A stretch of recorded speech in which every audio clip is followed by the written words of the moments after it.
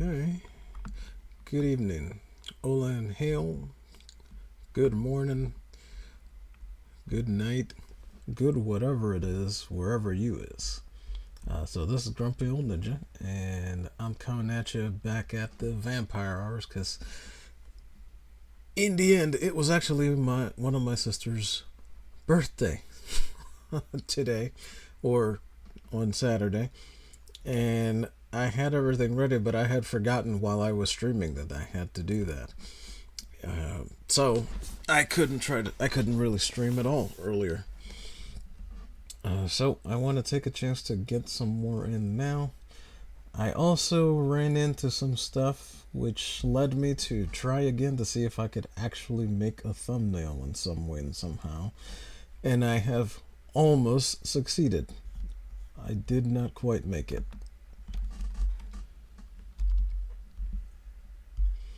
I did not quite make it. Wait a minute, something is wrong.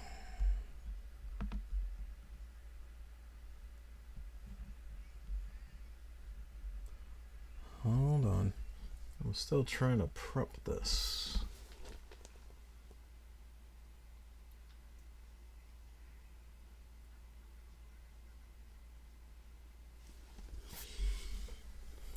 So yeah, I apologize. There's a little bit of odd fumbling going on right now, and I need to address it. Oh my gosh. Hang on. I think I can do it from here.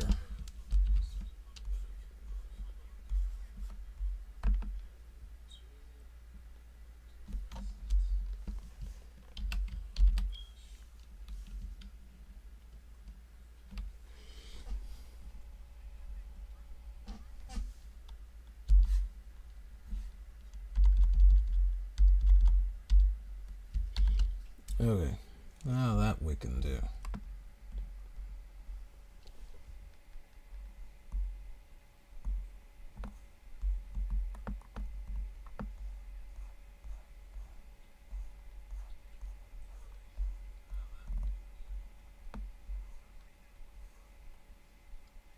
Okay, I think that makes it right. I did the it's not for kids thing. There's a thumbnail. Yes, I apologize. I know you can't entirely see it, but I used something called canva.com to make it, but for some reason, when it saves, it's got all this weird white space around it. I don't understand what happened there.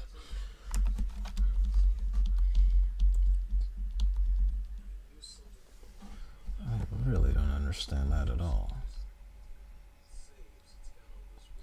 Wait, hang on. Let me see if I can possibly adjust that, maybe, hopefully. As long as it stays the same size, I figure it should work.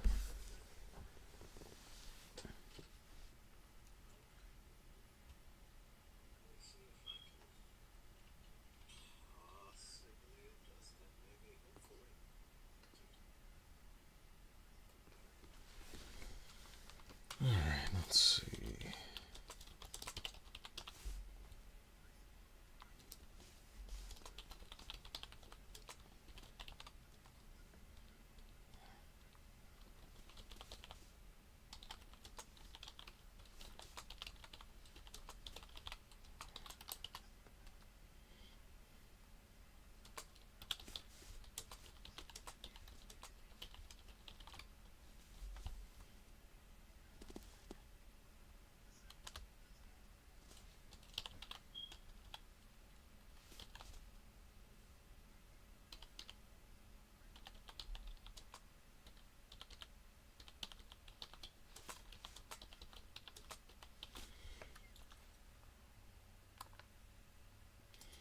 Alright, I'm trying to learn this more, and don't forget to do the live chat.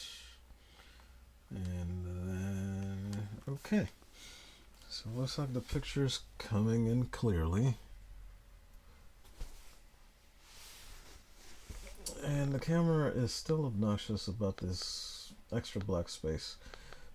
But I noticed something else in OBS, so I'm just letting the other screen pop up on there.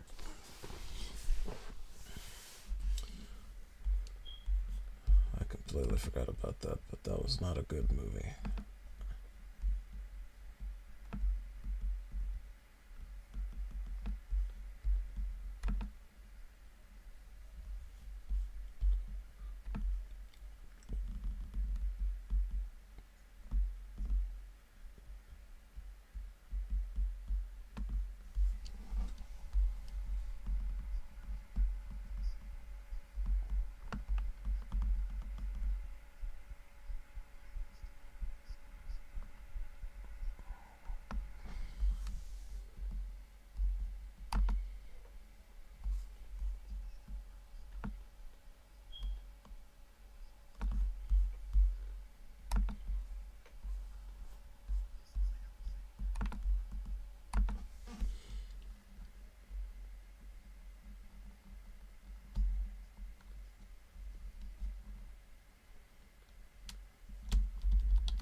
Okay, this might actually work. Let me see.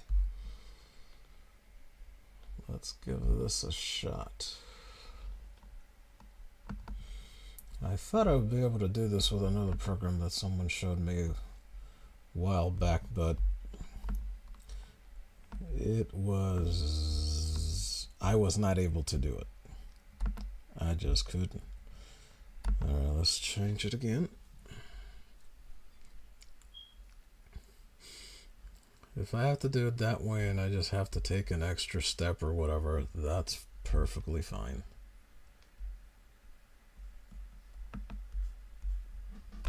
Okay, it's weird how it's saved, but I don't care as long as it worked. Hey, that's a little better. Okay.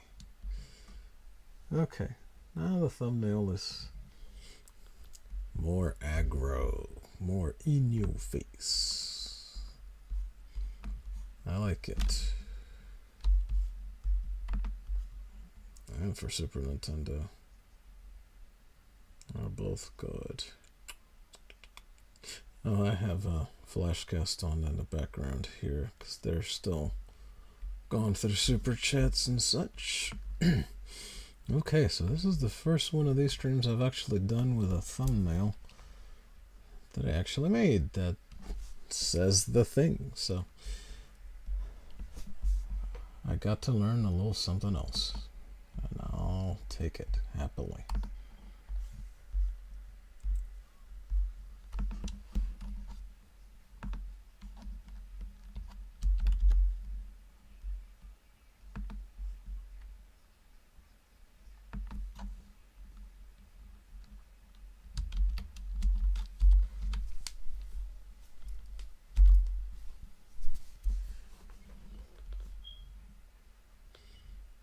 Okay, add adjusted.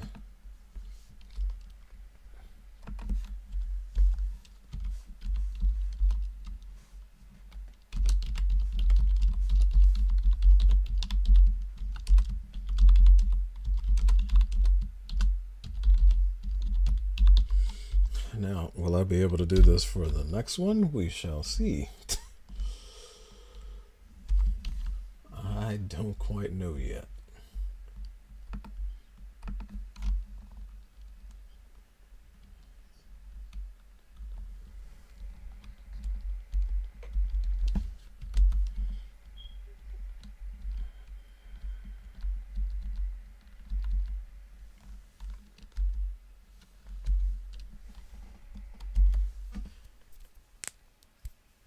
Oh, Hola Hail, Megatron. How are you doing tonight? How'd the rest of the stream go? When I tried to get in there, it was like I could barely understand you. And it's not because of the way your stream was coming across. It's because my phone, again, I reiterate, is hated by Twitch. So I couldn't go to Machine streams anymore. I got to see a little bit of what you were doing in the park. And I mean about 10 seconds of it before it all just got mangled. It was bad, man. That thing does not like me at all. But it is all good. Hang on, I forgot to put the chat up. I need to do that. But in any case, I am here, but there are 3 things that I got. This one's technically already done, but I was going to try to do some more Rainbow Bright stuff, which you can see back there. Well, my hand gets cut off because the camera doesn't do this, but you know what I mean.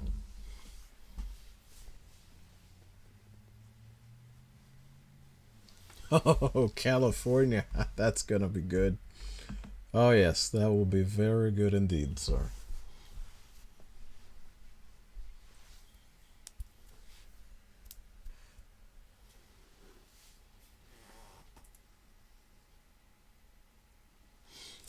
I think you should.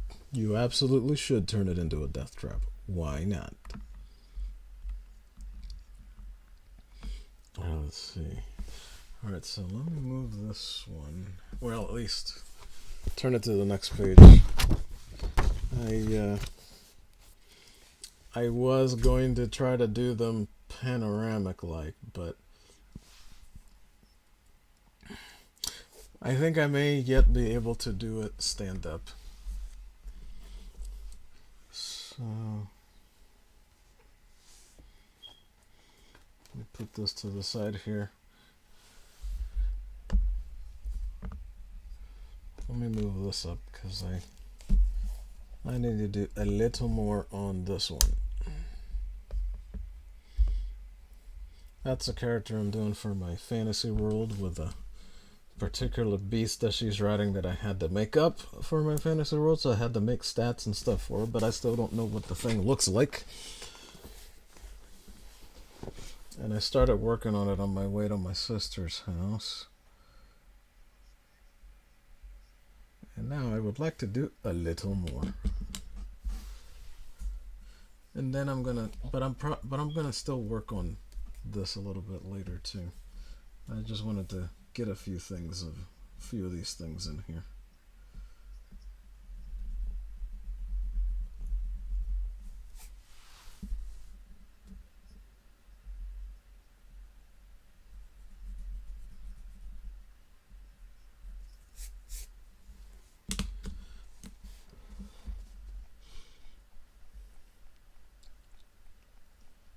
Yeah, I'll take it. I'll take it because I can at least still use the not tripod, the easel. It's a metal easel. I bought like 2 of these years ago, and then I found a few more of them on sale, and I was actually using them in a previous configuration of this room so that I could draw on like 4 things at the same time while I'm thinking about it. But that configuration had to go. So that configuration is long gone now.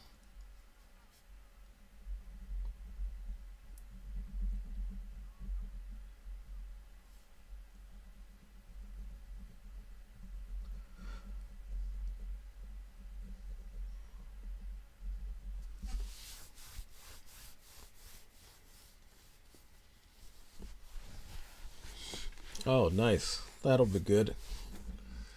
That way, the dinosaurs know precisely where to go find their food. It'll be great. Hey, Hola and Hail, Darren. Thank you very much for popping by. Glad to have you. I wasn't sure if I was actually going to try to stream tonight or not, because I messed up and like I had everything prepared by the time it was done, but it was actually my sister's birthday yesterday, so yeah, there was not going to be any chance for me to actually stream. But all of that went off without a hitch. Good times were had, and then I came back home.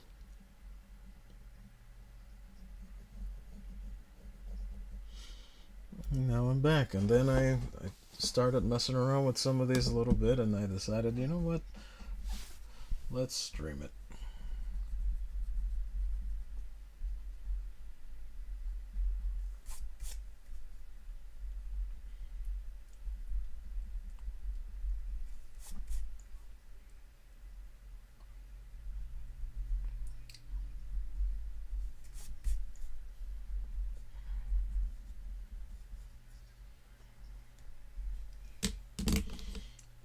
But yeah, so since all this stuff was going off, I said, you know what, let's try to stream a little bit. Let's see what's going down.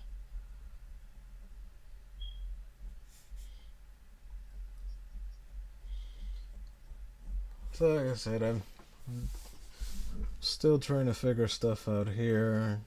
Then I still got to do stuff on the Granny Goodness, and I got a Rainbow Bright thing I got to work on. But I might forgo that till later tomorrow, because I'm going to try an afternoon one. I'm gonna try. By tomorrow, everything should be back to normal, as far as I understand, anyway.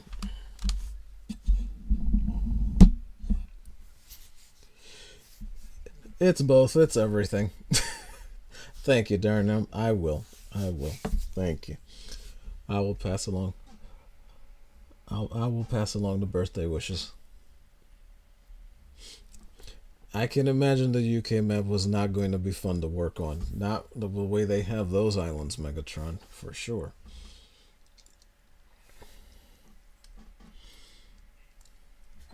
Who was it I was going to fix? Oh. Hold on. There were someone's eyes I needed to fix. But I need the Photoshop stuff for that, so I can actually fix them.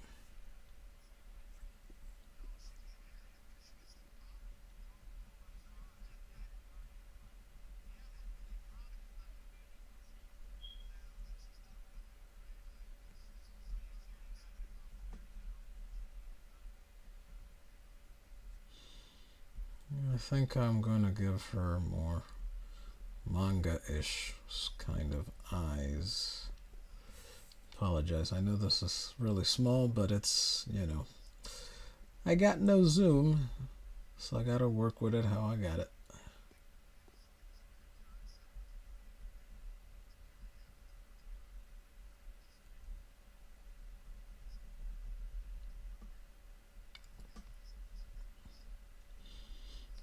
So how are you guys doing? What's going down? Well, technically, Callie did two good things. Megatron says Callie did something good for once, and it's in a video game. Yes. But technically, they did two, because a judge out there recently actually repealed that stupid assault rifle ban. I don't know how long it'll last, but the thing was unconstitutional to begin with. So I don't even know what to tell you there. I also don't know how. Yeah, I guess that is how her little trails work.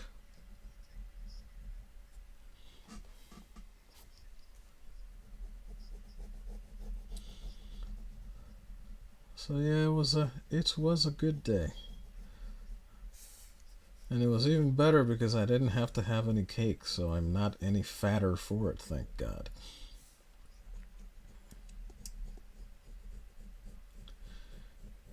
But next, I have a particularly mean hurdle to climb. That's Thanksgiving. So I'm just trying to survive it. Yes, put in a Waffle House. That's gonna be great, Megatron.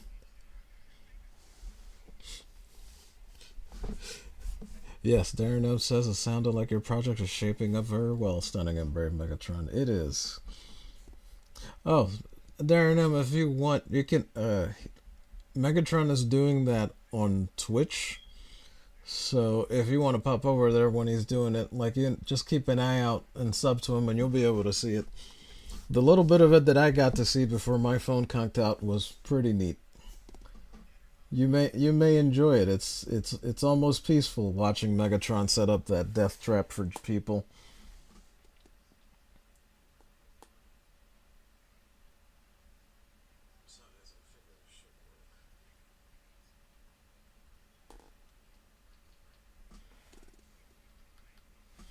Hold on, let's turn those down. Okay.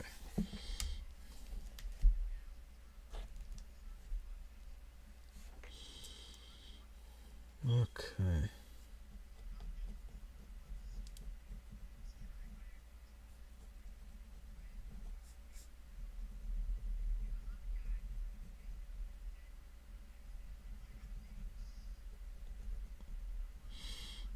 so I'm not gonna see this chick's eyebrows at all, clearly.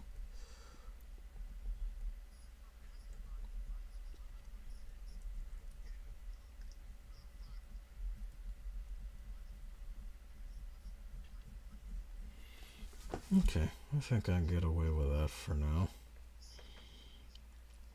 Her outfit is going to be a bit... Ugh.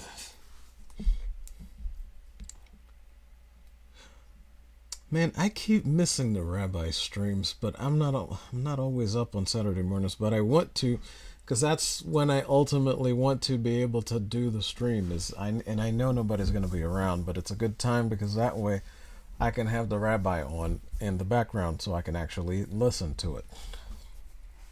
And then I can just do a sort of Saturday morning cartoon kind of thing. Once I catch up with enough of these that I can actually start to draw those. Hold on. Where I placed this wrong. Okay, there we go.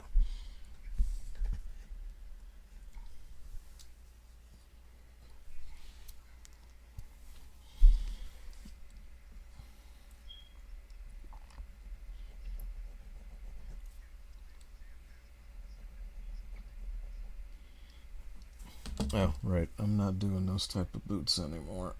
So I gotta erase that too.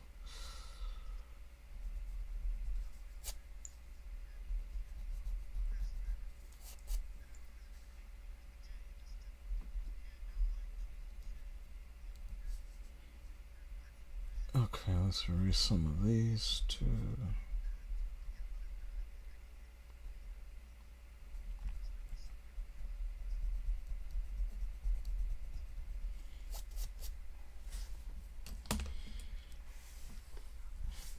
Yeah, Darren, that's where Megatron is constructing his Dome of Doom. But hey, you can't blame the man. He's got to feed those dinosaurs somehow. Those things require a lot of motivation, food-wise.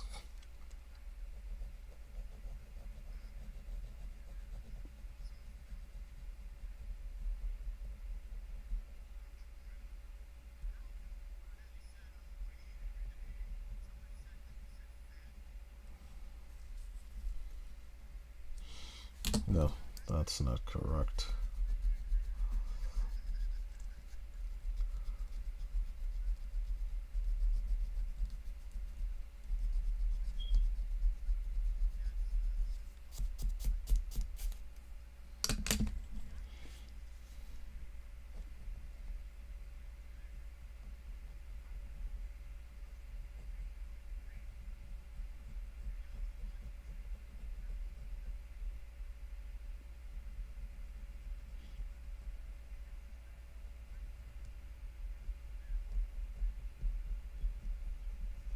Okay.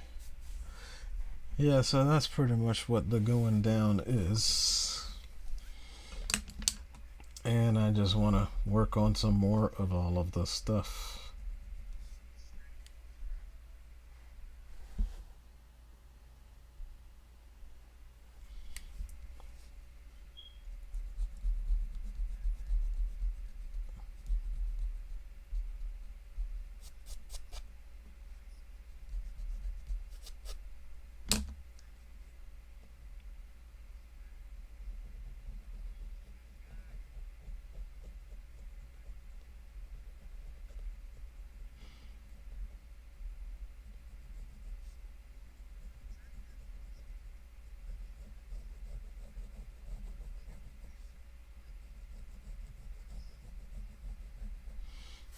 Okay, that's better.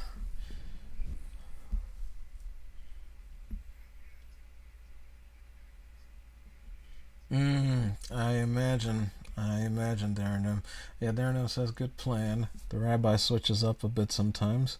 The war sends him to Sunday too. I suspect he will also do Saturday and Sunday this weekend. 6 a.m. Eastern time, which it can be tricky. Easier than the 9 a.m. for me. Well, yeah, it would be, that would be 9 a.m. for me too, because I'm Eastern time. I'm in Pennsylvania. And I think the rabbi is he is way out, way Pacific.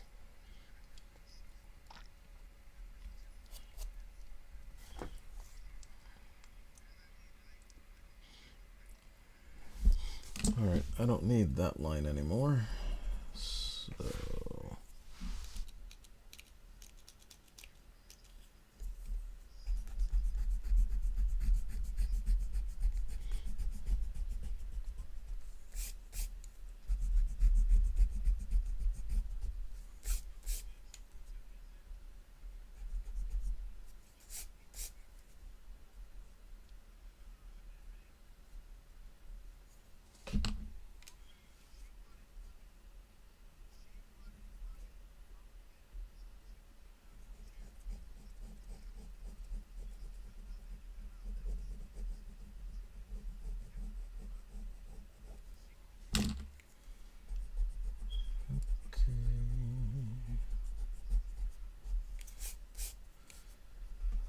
yeah, so there's definitely been quite a bit going on, especially streaming wise, because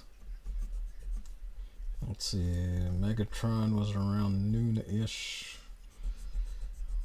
Then Tomby and Nina came on after that. Farrah was up there. Carolyn was on. X-Ray Girl was on. Lord, everybody was on. Day after Friday Night Tights, everybody and their mother are streaming. And apparently now so am I.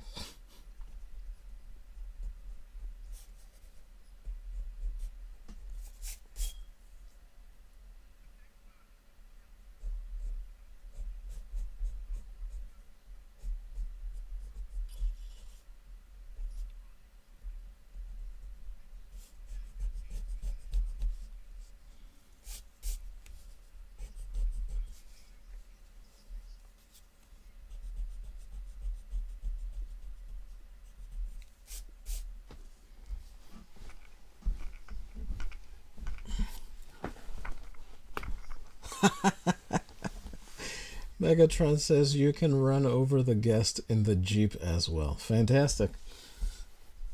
That way you can be sure to hobble them properly as the dinos are trying to make their ways to them. Excellent. Simply excellent.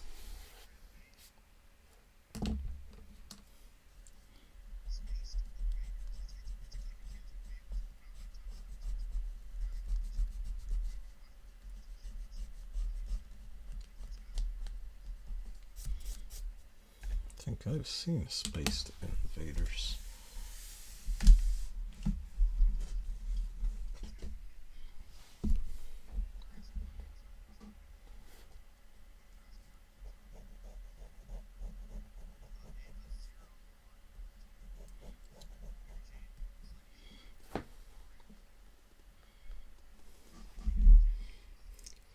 Yeah, Darren, I understand. I've actually had a couple of days like that where I had like multiple people streaming at once, and I also had the mod for multiple people at the same time. It's like, okay, I don't know how to do. I don't think I have enough devices or tabs I can open to do quite this.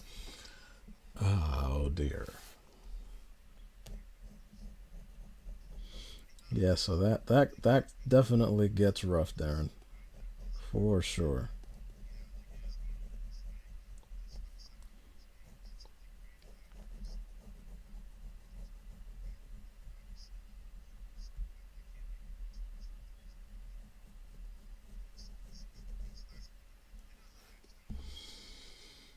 Okay,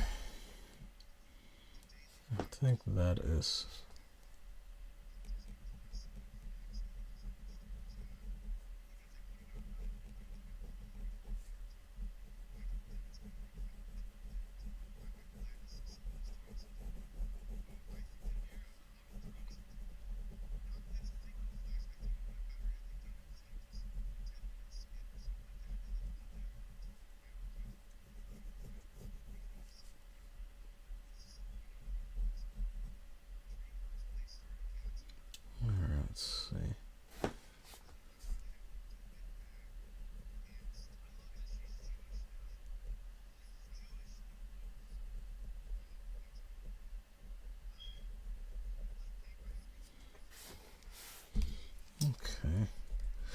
But yeah, Darren, that whole thing, it can be a little bit tough. It's like it's hard just to run around back and forth between Tombi and Nina streams. Well, let alone try to do something else.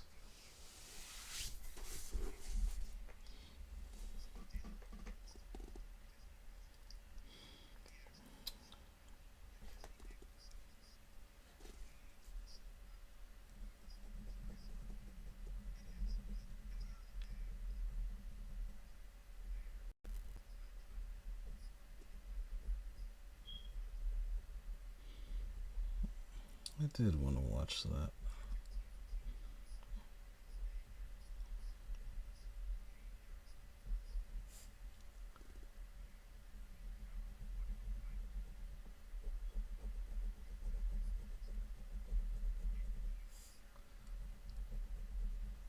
Okay.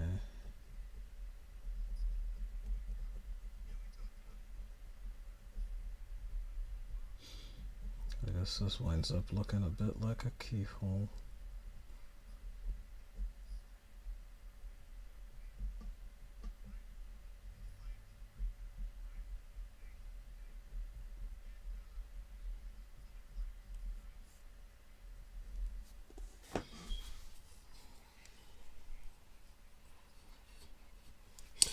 Oh yes, sir. Darren M says he had to reboot a few times. He needs more memory for more tabs. Yeah, yeah. Agreed. Agreed. Same here.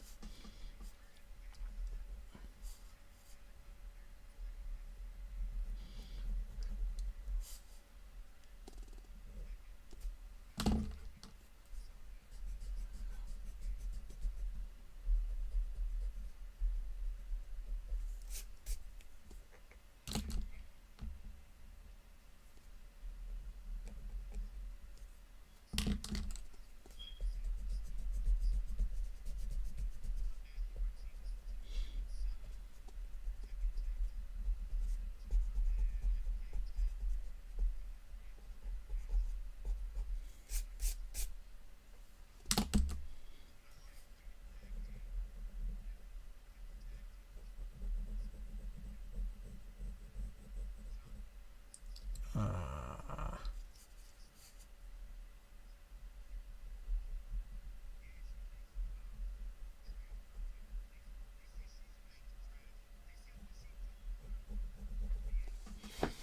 Okay.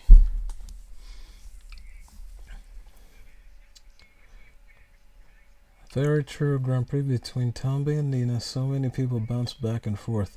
Of course, it's only Chase and Colton. I mean, there's really no. But oddly enough, Darren M. Oddly enough, it's like every other. Maybe I want to say maybe every other time that Lisa Roberts makes it into Nina streams, that YouTube stops a ton of her comments for us to have to, to show. But of course, Chase. Well, Colton usually isn't that bad, at least not from where I'm seeing. It's usually Chase and his 45 accounts that are all. Oh boy. He kind of reminds me of this fella that used to come in to the doctor's office that I used to work at. His name was, well, I probably shouldn't say that over the internet, but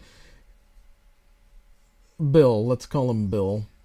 And every other week, whenever, always like the day after I had to schedule him in for a doctor's office, he would always come in and he would always call up and tell us how he lost his OxyContin pills and how he needs some more. And then we always would go through the same thing about how he needs to keep a lid on them because we cannot give out replacements. That's the way OxyContin is. Always felt bad for that fella. And I kind of feel that way a bit about Chase because clearly he is dealing with some serious monkeys on his shoulders.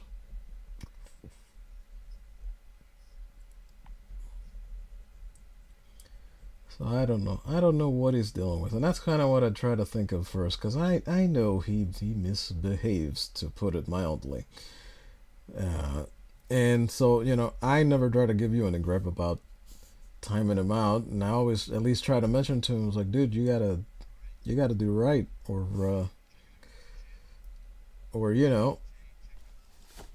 that's what's gonna come to you. That's just what's gonna happen because you're going above and you're going beyond acceptable limits. And then he wants to bring up, well, they always do this to me, and what is it? I think it's he says like on X-Ray Girls chat they mess him up. It's like, but they say such more vulgar things than I do. I'm like, yeah, well, this isn't that chat. This is Nina's chat. You have got to stop doing that on Nina's chat. Yeah, it her thing is green, and I think it's like a white L. It's like the Google thing. That's what her avatar is. It's a green circle with a white L in it. Lisa Roberts. It's weird because she never really intends to say anything bad. It's just YouTube thinks, oh, this might be hateful or some other such nonsense. So, because when you look at her chats, that's what you'll see. Because I always put all her stuff through. She's never saying anything that's like derogatory to Nina, like Chase sometimes does. I don't think he means to be derogatory. It's just to him, it's all a big joke, but it's not really that funny to everybody else, especially not the people who are supposed to be minding after her chat. So, we can't really do it that way. Yeah.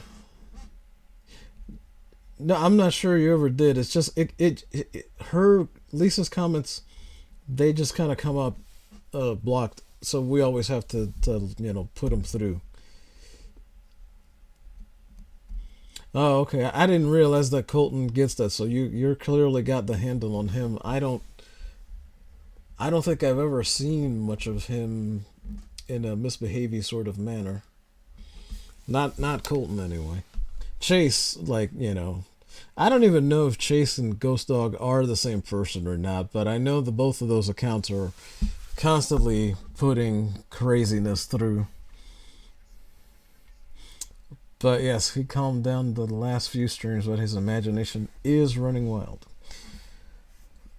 And that's the thing about it, Darren, is like Chase literally has issues. He even says as much on those streams. So that's why I always hope that we can hopefully get through to him on calming down and doing something different.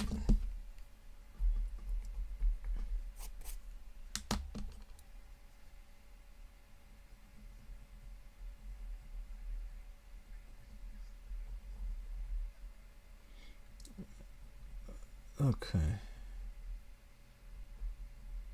Alright, let me see. Yeah, so I'm just hoping he'll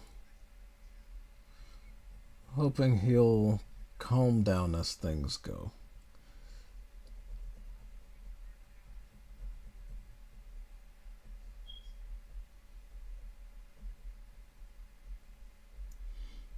Alright, looks like those guys are dead most effectively. So I'm gonna unplug that.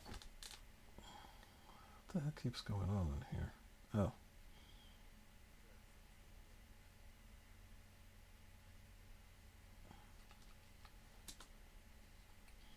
Okay. That's what's going on. Bear with me, guys.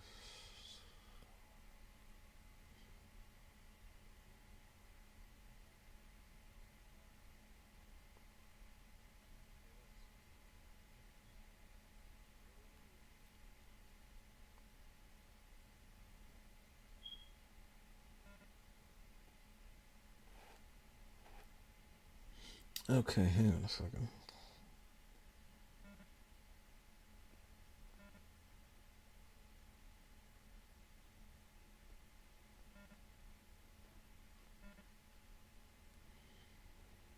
That will do. That will do.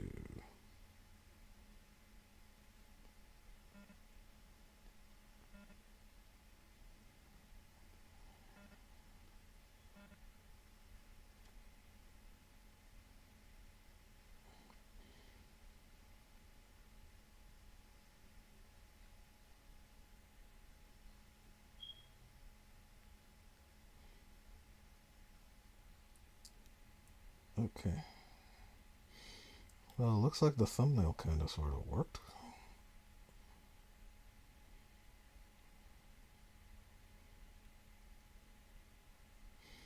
So that at least is good.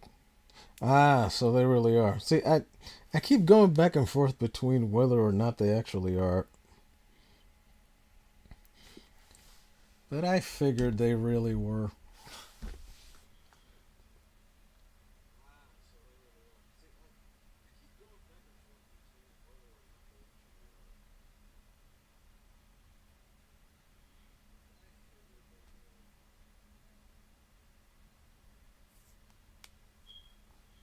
I mean, something's got to be up. Why does Rumble do this? Come on. Okay. Yeah, because I kind of figured they were, but I wasn't sure. They're so similar.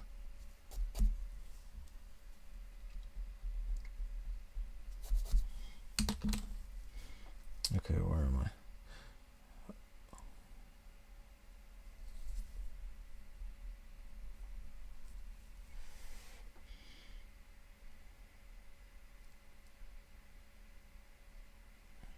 Come on, where was I? Oh, over there.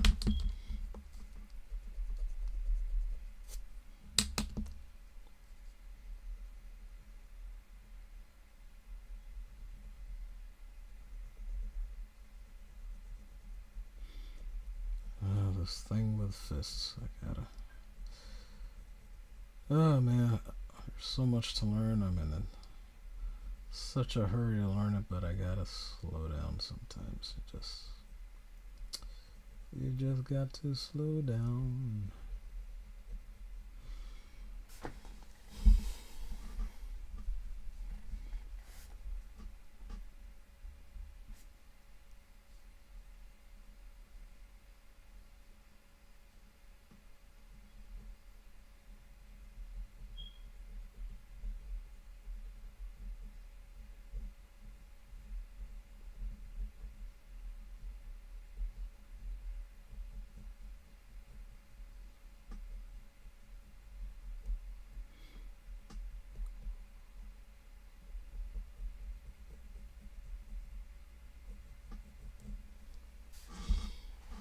Yeah, I could still make that kind of see-through. That's fine.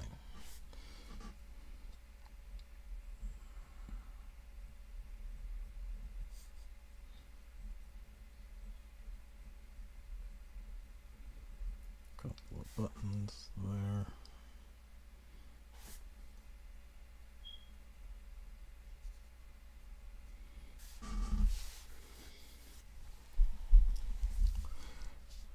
Yeah, so it's a shame.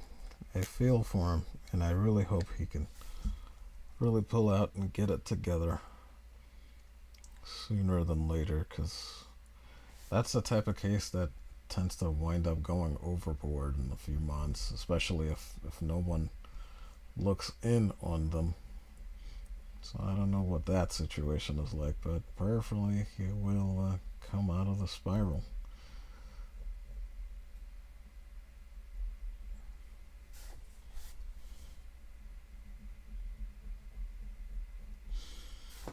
I mean, I mean, I know Nina's got quite a few mods, but even all of us together can only do so much. There's a lot of people just in the sphere in general, like not just in her chat, that folks ain't quite feeling right out here. Like Vermont Cheddar, he says funny stuff, but that clearly comes from the common place the comedy tends to emanate from, which is usually a dark place. Because Vermont Cheddar tends to be lonely out in the chat.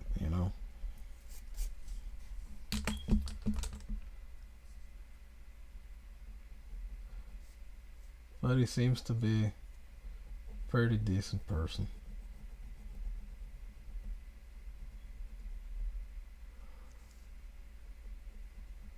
Oh Lord, what am I doing? I don't even know how that's supposed to work.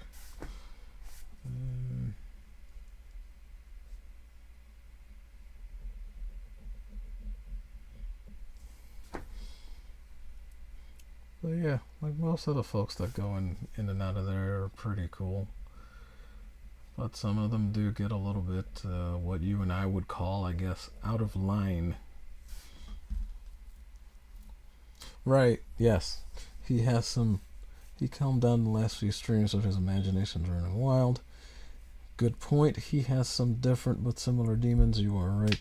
Yeah, and that's the thing. It's like it's hard to take that into account while you're reading the insanity that he's posting or trying to post in the chat, but it is something we have to keep in mind.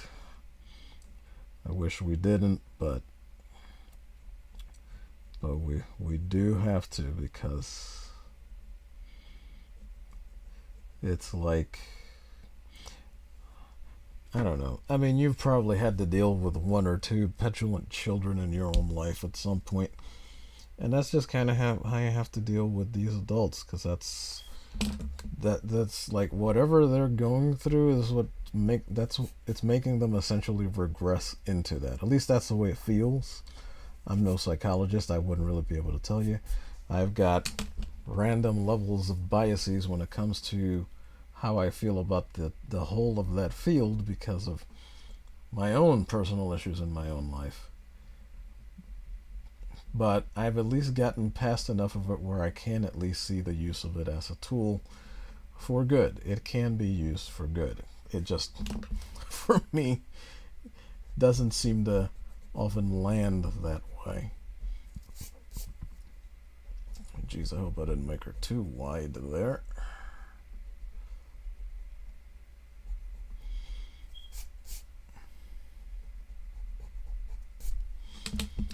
But yeah, so you have to, you kind of have to play armchair psychologist with these folks sometimes with what you're dealing with. You wouldn't think that something like that would really come up while you're just trying to mod with a channel, but if you start to read like what some of these folks post, you're just like, well, geez, what the heck kind of misery has visited upon your life that it's like this? And I just feel bad for folks. It's like, geez. And I know that's not everybody. Some people are trying to fool, but that's just the way it be. Let's see. Megatron says, I wish I could put a fried chicken joint next to the birdcage just for... Yes, of course. You know what? Look forward to the DLC. I'm sure someone's going to think of that. Darren M says, evil but funny, Megatron. And he's 100% right. That is evil, but it is funny.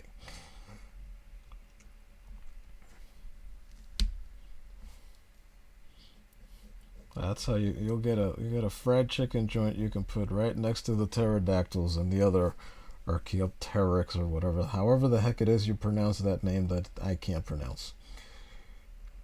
I'm not entirely sure I believe in half of them anyway, but those things are cool. I have always liked dinosaurs to look at.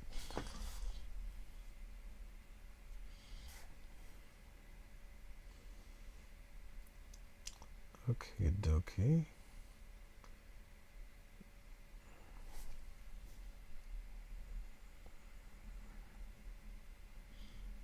Hold on.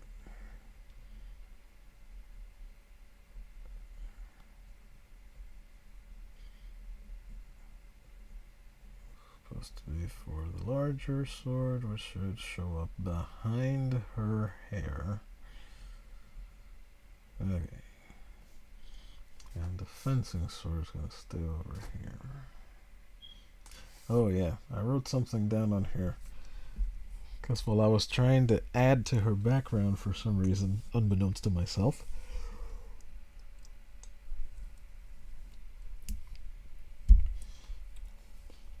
I remembered another character in a particular hairdo I drew on said character, and it made me think to relate it to there, because right now she's just her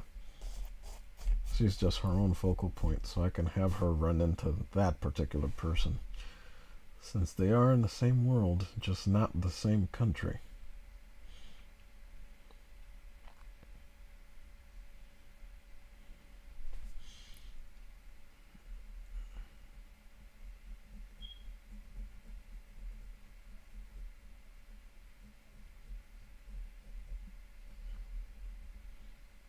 The connection, I can't remember. Ah, yes. Darren says, Grumpy, I'm 57. The older I get, the less I know. People seem to have unique issues these days. Yes, Darren, I'm 45, and I can 100% attest to and agree with that. Well, the other way around, but you know what I mean. Yeah, yeah, absolutely.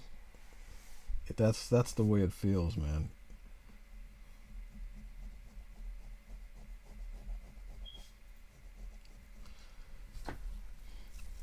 Cause it's crazy out here with folks.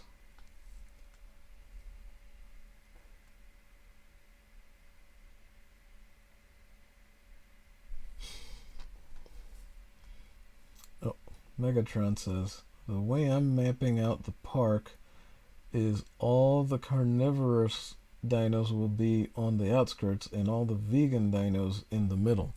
So he's really trying to give people a chance to actually survive. I would almost dare to say that's a bit too much of a chance. But we'll see what happens.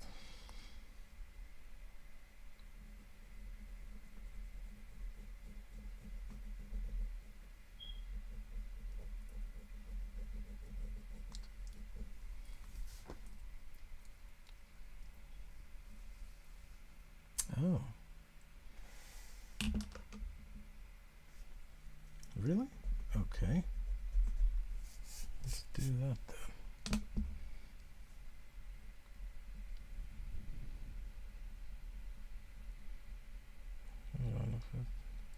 So her thing literally starts out here under these. This is kind of like how Xena used to wear her outfit a little bit. Alright, I want to switch out from this one soon.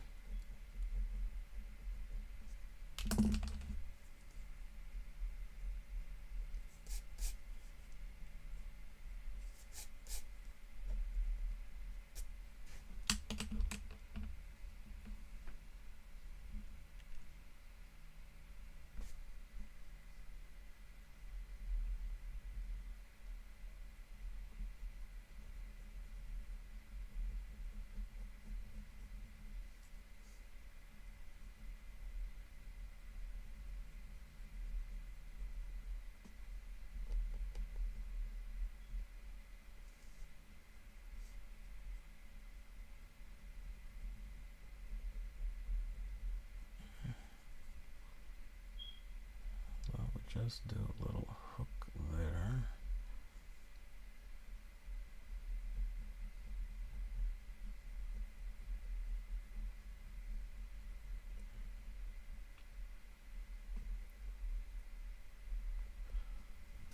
And that way, I can still get away with that. Okay.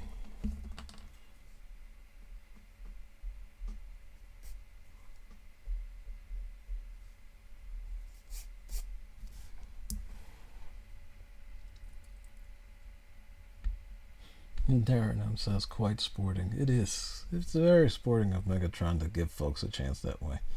Run toward the vegetarians, that way you can throw them in the way while you run and they get eaten. But, you know, T-Rexes ain't going to slow down for that long.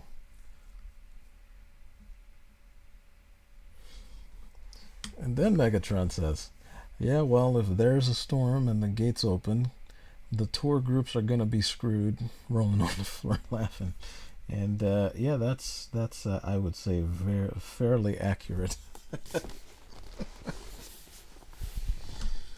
Oh jeez.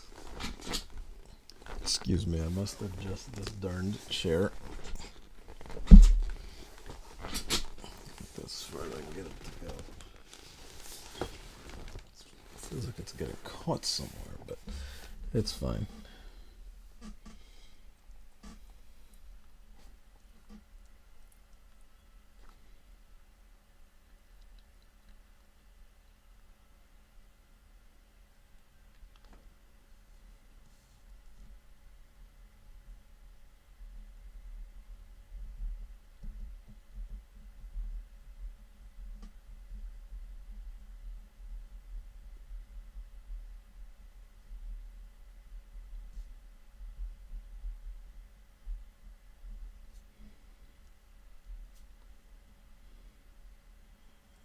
Oh, alright.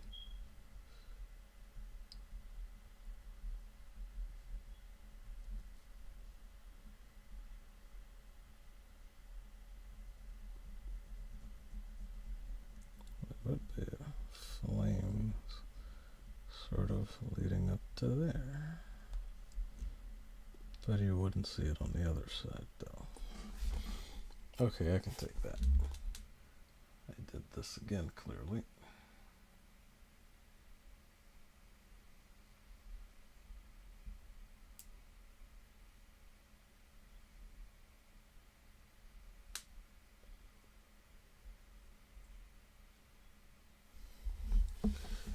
Okay. Alright, this is not coming along quite terribly. Alright, so where I think I'm keeping.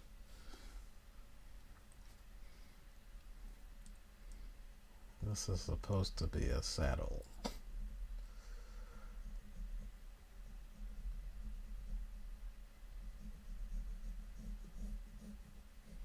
I think it is sufficient size for the character and the creature.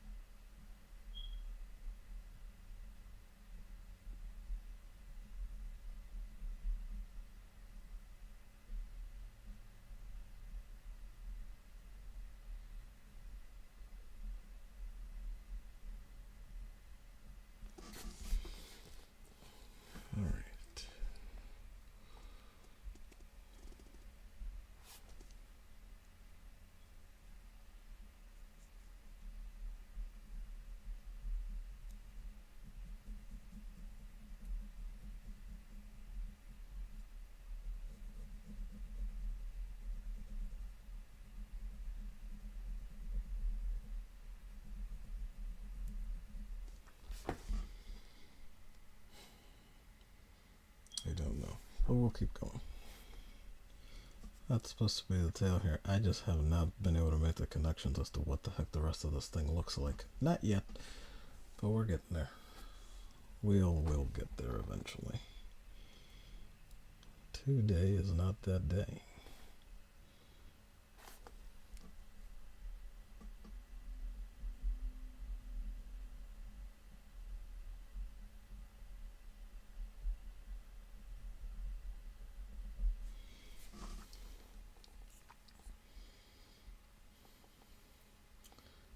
And I think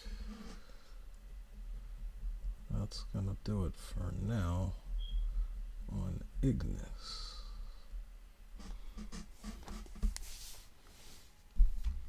Which I guess now that I think about it could count as instead of Agnes. But I had not.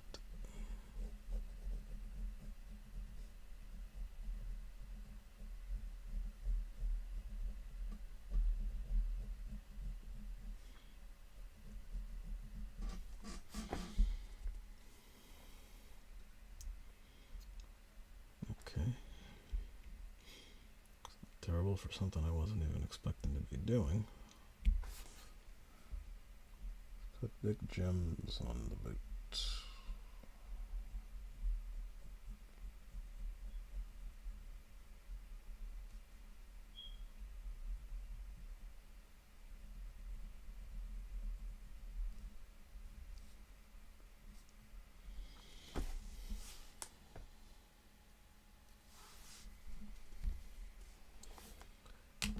Alright, so let's go back to this particular bit of trouble. Actually, before I get back to that, let me try a little more. Let me see if I can do a little more of this. Now that is almost impossible to see, I grant you.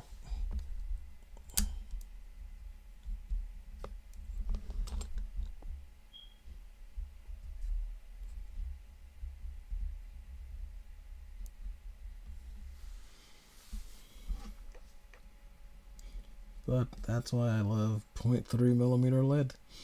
Because I can make just enough, or I can keep enough rough before I make up my mind about the actual last, well, middle to last line.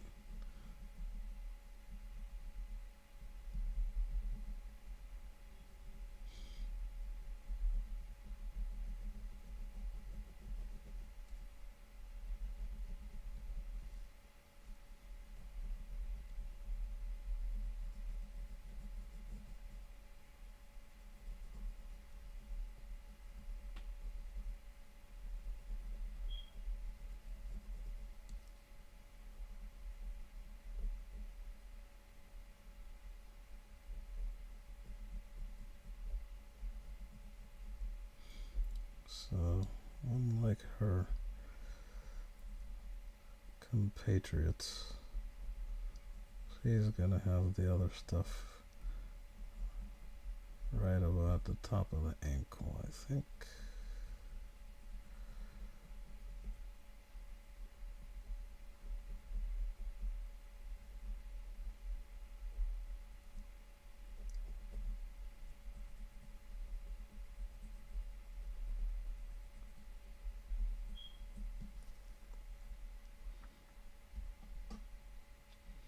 Let's see, Megatron says, because the tour ride takes you around the park, which is where the carnivores are gonna be. Wow. Megatron, let me just state it clearly. I'm glad you're on our side. Our side. Please remain there. Jeez. Oh, Darren M says, you do good pencil work, Grumpy, and I thank you for saying so, Darren M. I can't entirely say that I agree with you, but I would like to go this far. I have improved from the last time I tried to do this.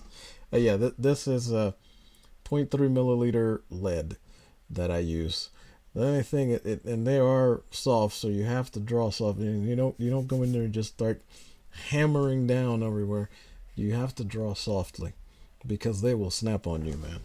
And then I don't know if you can see that, but I use a very small little nub, so I have to constantly click on to get a little bit more out of it. But it's fine because it really helps me do this. And I know that professionals and other type of like actual artists, they do this in a different way that is easier. But I don't know how to do it that way, so this is the way that I got to. But yes, it is. So I get so this is a 0.3 milliliter. Who made this? Oh my gosh! Hold on. This is my very favorite one. Pentel made these. Pentel made them. This is an A3DX. It's a 0.3 milliliter lead holder or mechanical pencil, and I got a bunch of lead over there. But I need to get more 0.3 milliliter because I've actually gone through quite a bit in the past year just trying to draw stuff.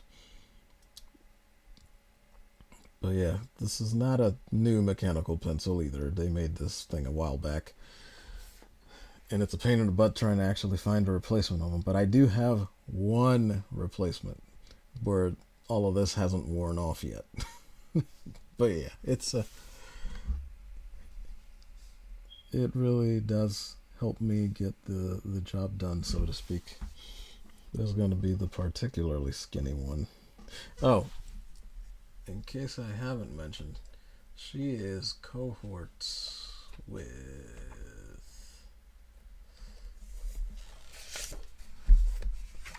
these two terrifying wenches. Technically succubi, and they're bad. I made them to be evil and confusing, and I think they're getting there. They're getting there. They're not quite there, but we'll get there. So these are going to be. This is part of. I don't know if you remember, Darren. I don't think Megatron was here for it, but dang it. But the stream where I was talking about the evil characters to go against Infinite Hope. Well, this was the initial one. See the big arm with the Edward Scissorhand knife fingers. Well, they all kind of have those.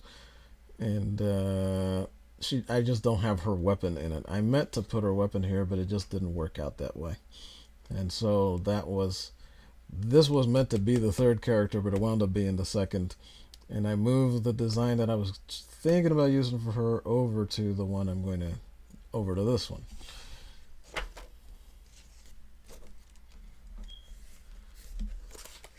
And so I'm just trying to get all those going, while I also redesign,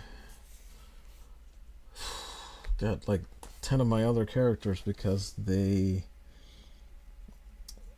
I can't use them as they were any longer because of those things which inspired them initially. So I have to make changes. Changes I don't want to make, but I gotta do it.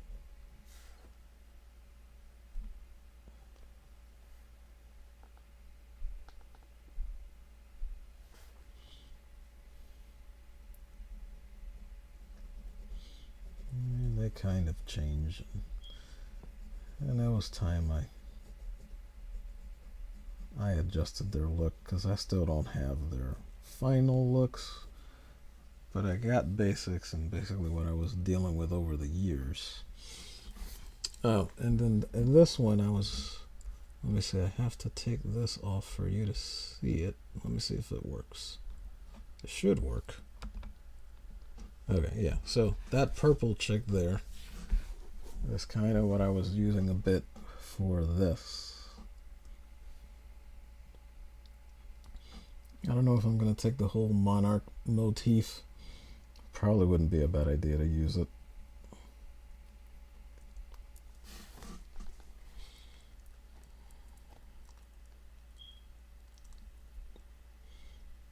Oh, Ken Jack Ben came in, says greetings and salutations. Oh no, Baron, they're definitely not misunderstood. These chicks are not good. They're very bad. But yeah, that was that stream where I was going over that. And and Ken Jack Ben says he's stopping by to say hi. He's not up to hanging out tonight, so good night and God bless. Well, the good night and God bless to you too, Ken Jack Ben. Stay safe out there. Get some good rest. And we'll catch up with you some point afternoonish today. I might try to take into streaming again. Hopefully. We shall see. But yeah, okay, let me switch this back. You guys have seen the reference. I can't believe I actually just did that. I really didn't think I was going to be able to learn how to do that. Let alone finally figure out how to do a thumbnail. That has been a ridiculous journey. But I was able to make one in one place. Hopefully I can make it for the next time. I don't know yet.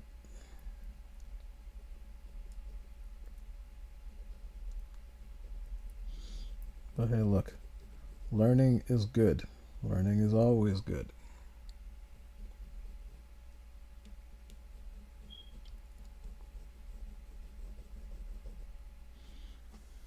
Now I do have to raise it up here. The knee has to. Okay, this knee here, and that one goes over there, and then the dress is doing this. Yes, the dress has to do this.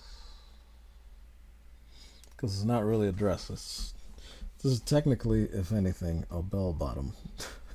I guess you can say. But you can't really see that yet because these lines are so thin and wafy that I couldn't even completely tell where what began and what ended.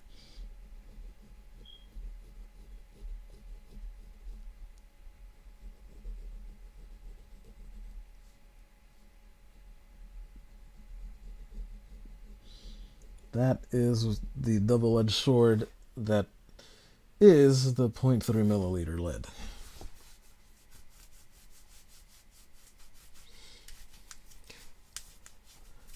And Ken Jack Ben says goodnight to Darren, as he said goodnight to him, and as of course I did as well.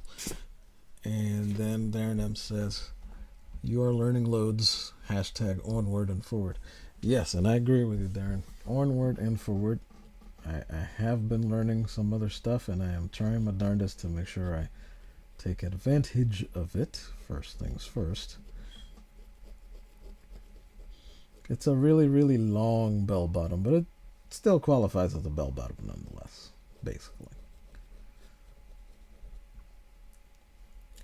And I just want to make sure that I don't just, that I actually learn it, not just like, okay, I did it today, but I can't do it tomorrow. Like, I don't want to run into that. That is just, it's a pit of fear within my stomach that I think helps me to not learn things in that terrible manner.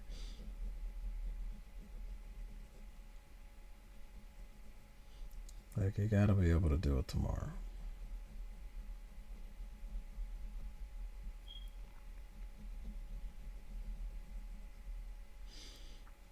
Let's see, this is bone right there. That's bone, the heel. So I gave all of them cloven hoof high heels, but they're actually cloven hooves. They're not, they are not all high heels.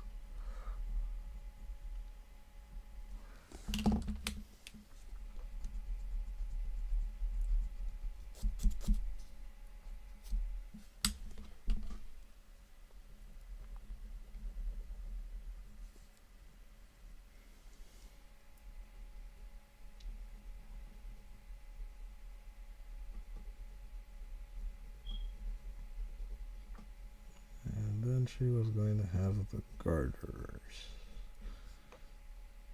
These are ultimately pants legs. They just sort of fall like a gown, or at least that's supposed to be the point. But I don't really know how to do that. I'm what you might call jumping ahead. Oh, wait, hang on, Kenjack, Ben, from something on.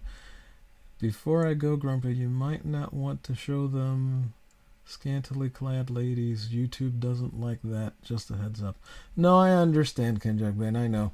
But that's kind of why I'm doing this as well as, well, this. And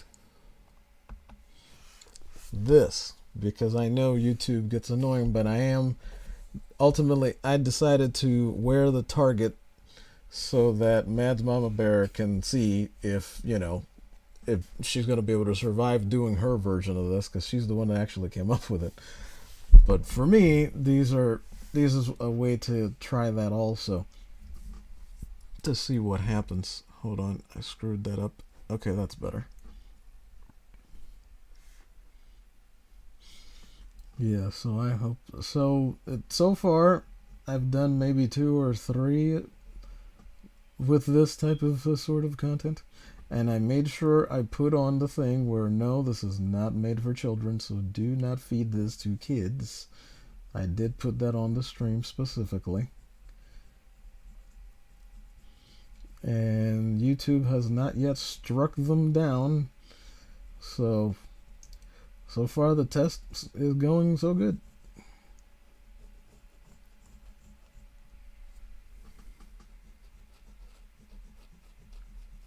But thank you for looking at Kenjack, Ben. I most appreciates that. But I know that this is a test. This is only a test, as they used to say. Okay, let me see. I don't think I need to do too much with the keyboard there, so let me...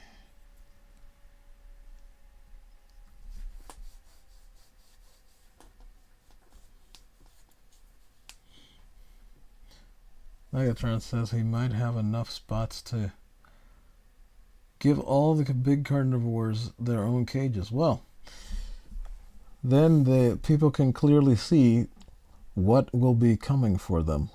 So that's very sporting of you yet again, Megatron. Very sporting. I mean, given the purpose of this place, almost unnecessarily so. Oh, well, that's the thing. I want this to be something where it looks like it's unified, And it's not supposed to make sense that both of her legs under here are actually covered by that. I forgot I was trying to do that. See, this is the pits of drawing those lines so darn small. Because she's supposed to be doing an effect where basically it look at the, like from here down, it's supposed to look like one of those ball gowns where it just sorts of split up around. So that might have to be something I can only really see when I try to put color. Oh, and Darren M says, again, way better than some yoga vids, as we discussed before. And yes, we did discuss that before, because they may be scantily clad and really nothing clad, because I still haven't completely put clothing on the rest of it. But I have like, but I have some lines here I have to try to deal with later. It definitely will make it look rather scanty. I'm not even going to try to lie about that. And then Darren M says, private quarters for the big guys, very nice, and yes, very sporting. Because it's true. It's true. Some people may actually survive the experience at Megatron's Jurassic Park. Not me, because I'm not going there. I want to live. But you're free to try. If and you like. But yeah, I'm not sure how the heck I'm going to do that. But even though you're supposed to be able to see both of her legs like they're both under the same gown, even though they are, like when she's running and doing stuff, that's supposed to be a surprise because it splits. I know it's weird, it's an annoying fashion thing, but I think it'll look cool for what these are supposed to be and the evil that they'll do.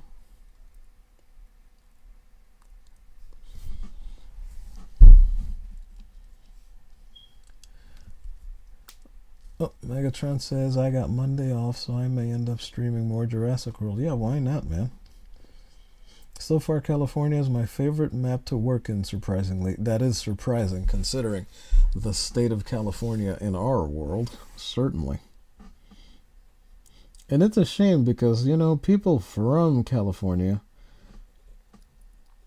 are always wondering why people are giving California beef, and they don't understand that we're not giving Californians beef. It's California's leadership of doom that is getting the beef, the bad rap, as it were. You know what? I should actually darken this in so that I remember what's supposed to be happening there. Because I know me, I will frickin' forget. And in most cases of life, I would not have done that, but it's another, as Darren M was saying earlier, onward and forward. It's a step forward, I think, because I have to learn to just darken the stuff and be done with it. I just gotta do it.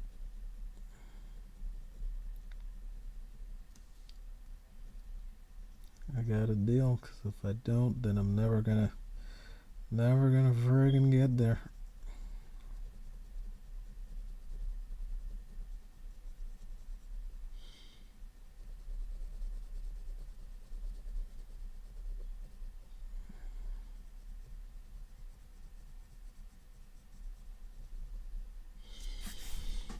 And for those wondering what there is for me, believe it or not, can't believe I'm actually saying this though, but even in the states that they are in, I still would like to have, having done work for Marvel and DC, as notches on my belt. They won't mean the same thing, of course, mind you, but it will still be very meaningful for me to actually get to work there, especially because of the states that they are in.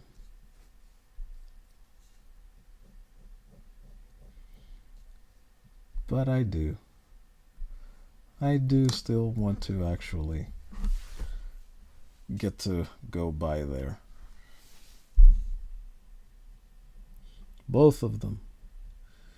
Even Image. I have a small, tiny little, as of yet certainly unattainable little dreams. I'd like to buy a particular comic, the rights to a particular comic that is now under DC's auspices, because when Jim Lee and all those guys went to work for DC, they all sold Image into DC. That's why if for any of you that have ever seen the animated Justice League movie War, no, not War. It wasn't War they showed up in. It was it was another one I hate, the Flashpoint. I hate that story. I hate that story so much. I think I hate that story perhaps slightly more than Script Doctor does. And he really knows how to pick it apart, but I don't like any of those depictions here. It's like all of that is Zack Snyder to me. It really is. It's like, why are you doing this way? This is not what these people are for.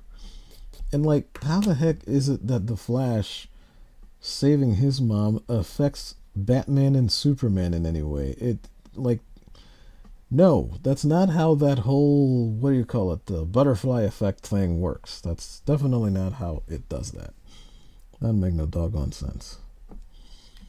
But anyway, if any of you saw that, then you may have noticed characters like the Grifter and a few people from Stormwatch, if any of you read the Image comics back in the day.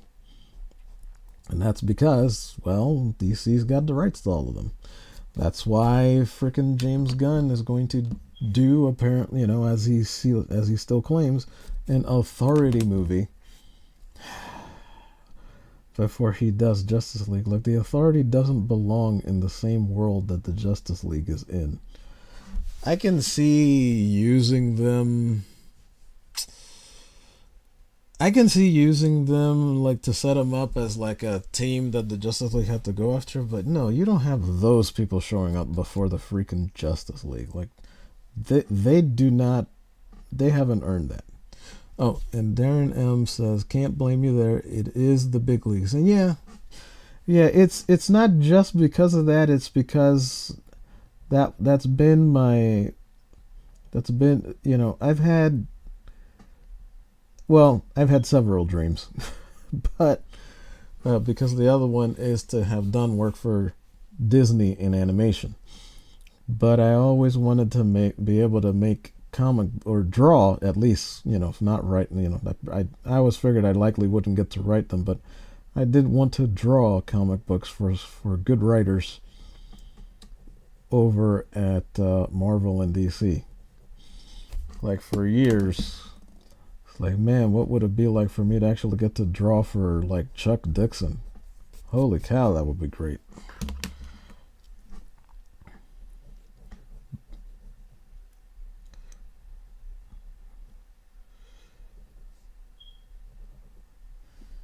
Yeah, so that's still kind of sort of a thing, and I would like to see if that can actually still come true. Oh my God. And I must tell you guys, I realize that me going there would mean that I might have to draw for someone like Max Visaggio. I realize that. But at that point, it's a little hollow, and it's more about getting the notch on the belt than it is the other half of it, which is what would actually be fun, because there's no more good writers left over there. And as much as I love Mark Millar, I agree with what he would like to see in many respects, but I don't see it happening. Like, I would tell him that's too much of a risk for him. Like, he could do that. He could easily do what he was thinking about, where it would help things to turn around by lots and lots and lots. Oops, sorry. But I just don't see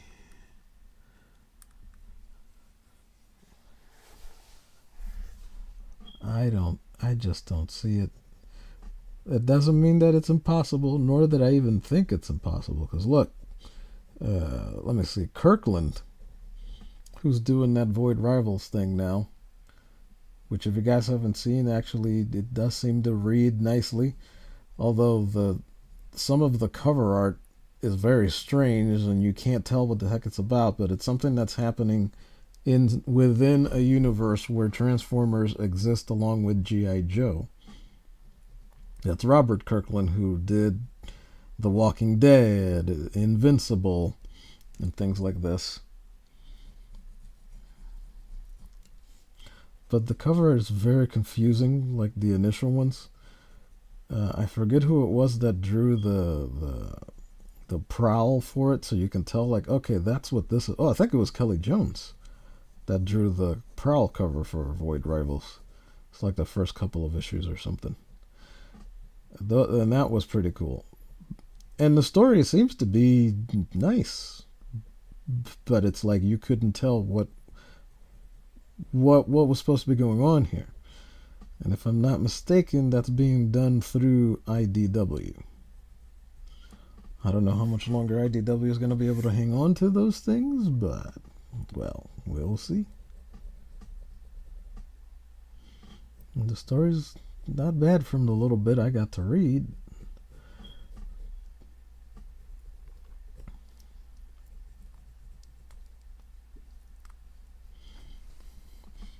Okay. I think I kind of got the idea of what I was looking to get down here, so that much is good.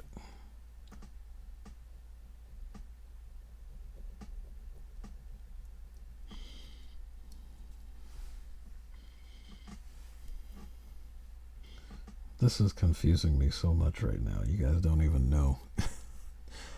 Yes, let's see. Darren says, yep, I think Gunn is going down the wrong path. He really is. He really is. Dude, I hardly remember anything other than the Creature Commandos, which the art for whatever that animated thing is going to be looks cool. And that's exactly the type of characters that James Gunn is suited for. But then he also announced that he wants to do Batman, and he's just going to essentially, he didn't say this, but he says that he wants to do Batman and have his Robin be Damian Wayne, and essentially exclude all of the other ones. And I hate that. I hate that character. He did have something of an arc in Super Sons, but he's not worth that. Damian Wayne does not deserve a redemption arc. He deserves to die at the end of the story like every other villain in every James Bond movie. That's what should have happened to Damian Wayne. He should be dead and never be heard from again. And it should have stayed in Elseworlds and never come over here. Look, for that matter, as much as it was an Elseworlds thing that shouldn't come over to the regular side, Barbara should still be Oracle.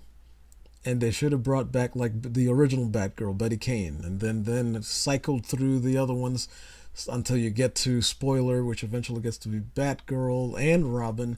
And then I would make her Spoiler again and move the other Batgirl onto something else, and then you'd have Cassandra Cain staying Batgirl and just leave it that way. But Barbara should have stayed Oracle.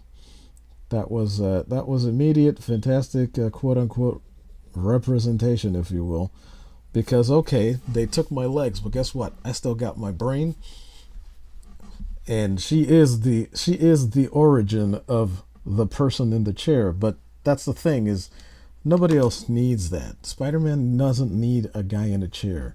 None of these other heroes need any of this. The Flash doesn't need a team. He did things on his own. But I'm tangenting again. Oh, hang on. Darren M says, Man of Lavancha, dream the impossible. Dream. Belief can move mountains. And you know what? You're right, Darren M. It can. Even God says the faith of a small child, as small as a sea, as small as a seed, can move a mountain. But it has to be there. And let me see if now that you mentioned that,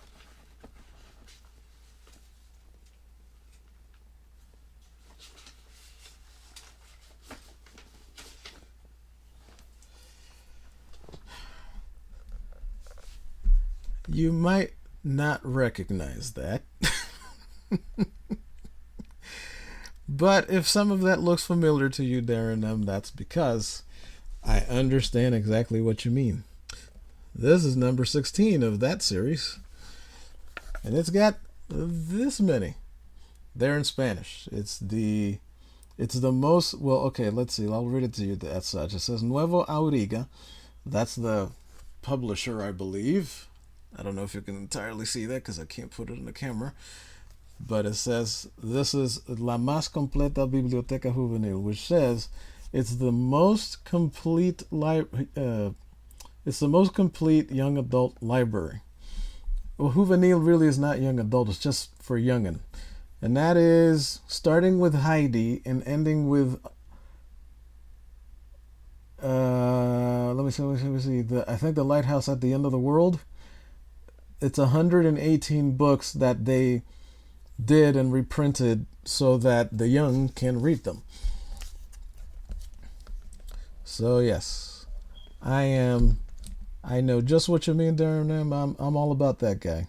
I dream even harder than he does. I would almost argue. Oh man.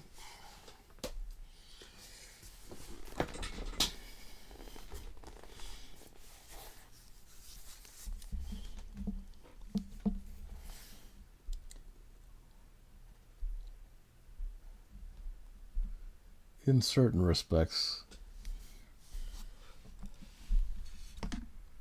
Hold on, let me flip this over again. Okay. Because it was. I need the other way to sort of read at the chance. The only thing about this is that when you do this, the problem can be sometimes that like this that you've darkened in can sort of bleed over to other pages, especially with this 0.3 lead. It doesn't always happen, but sometimes it does, and it's a bit of a pain in the tuchus.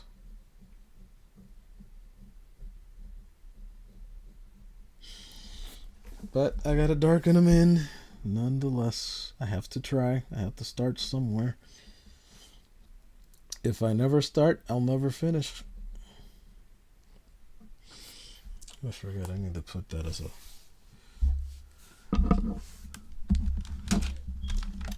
Come on, move, mouse. Alright, hang on a second. I need to put that there. Where is it? Here. And I'll put that at the bottom. Oh, I tried to write up some rules for the little contest here for the Mats one for that back there. And I put them in the description, but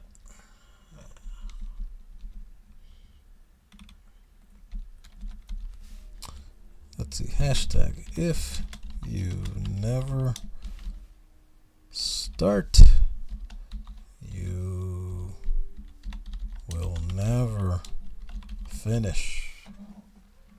All right, good. Just I needed to put that in.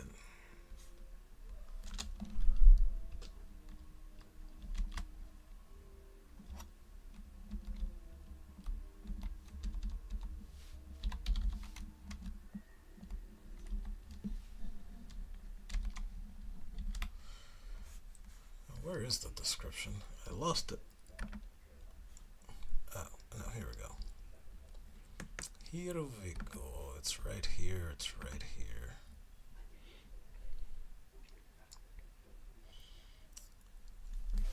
If I put it in that particular line, it'll work. Yeah, so that's the most fun part about it, is that this is actually hanging on to her with garters that are attached to little things on her little bikini thing. So as for what was going to be the top, I was going to kind of sort of riff off of Tinkerbell to design this particular horrific evil female creature from the depths of, I don't know, I guess probably Tartarus.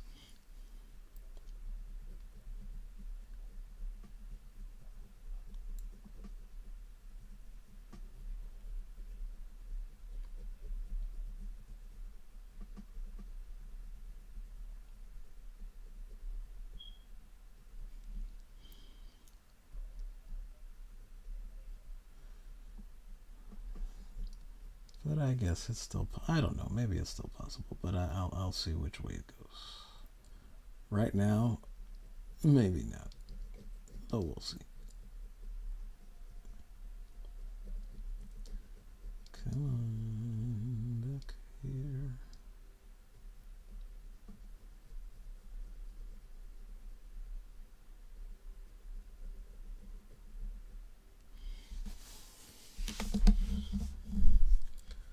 Alright, so a little bit of an editing.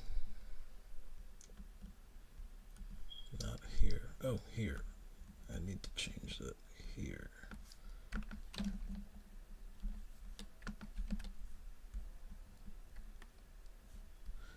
Oh, typo. Let's fix that. Now, further down, right about here. Control paste. And save. It's cool. It's nice you can actually make changes directly to the live stream even while you're doing it. Alright, now back down with you and back to OBS.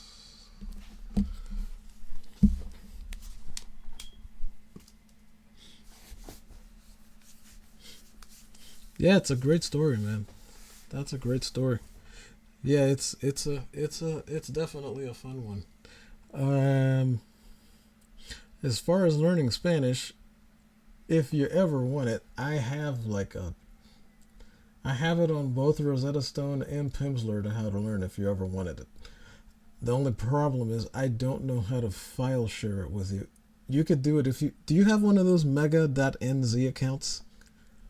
It's like a couple gig, maybe 3 gigs file, if you just want the audio one.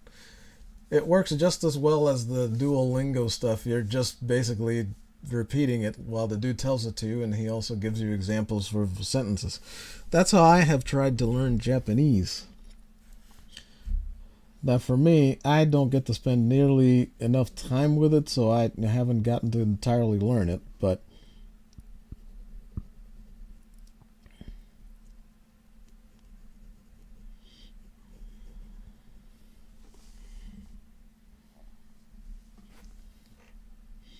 and Korean.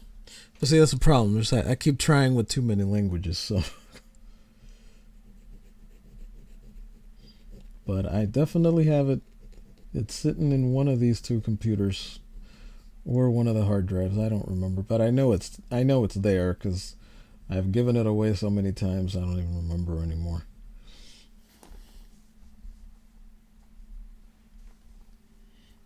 So yeah, if you want to take Spanish, we just have to share it. If I can share it with you, you can have it and you can just use them in your spare time.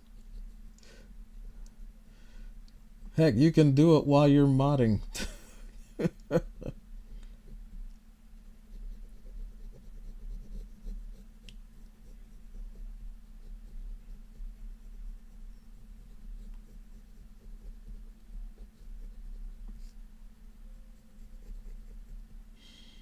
Yeah, they know never mind to it for me.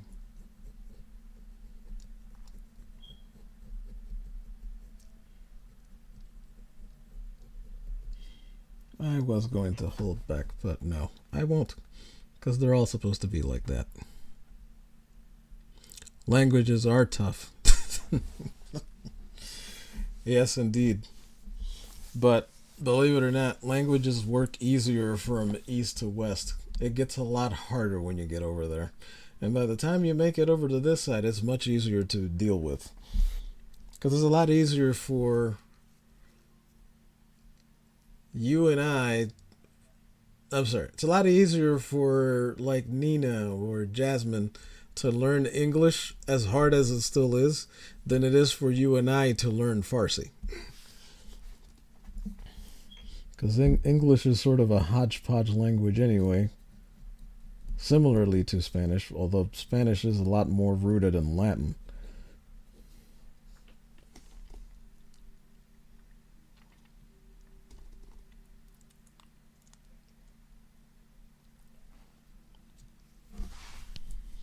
Because those languages from across the way are a lot easier to. Well, they're a lot harder to. It's a lot harder to go from a Western language to an Eastern one, like any of the Asian languages too. You know, Chinese, whatever, of the 50,000 versions of that there are, from Cantonese to Mandarin to everything else, Taiwanese, all of them, and or Korean or Japanese or Cambodian, Vietnamese, Laotian. God, it's all of those any language that can do top down and right to left and left to right is going to be harder than, of course, these.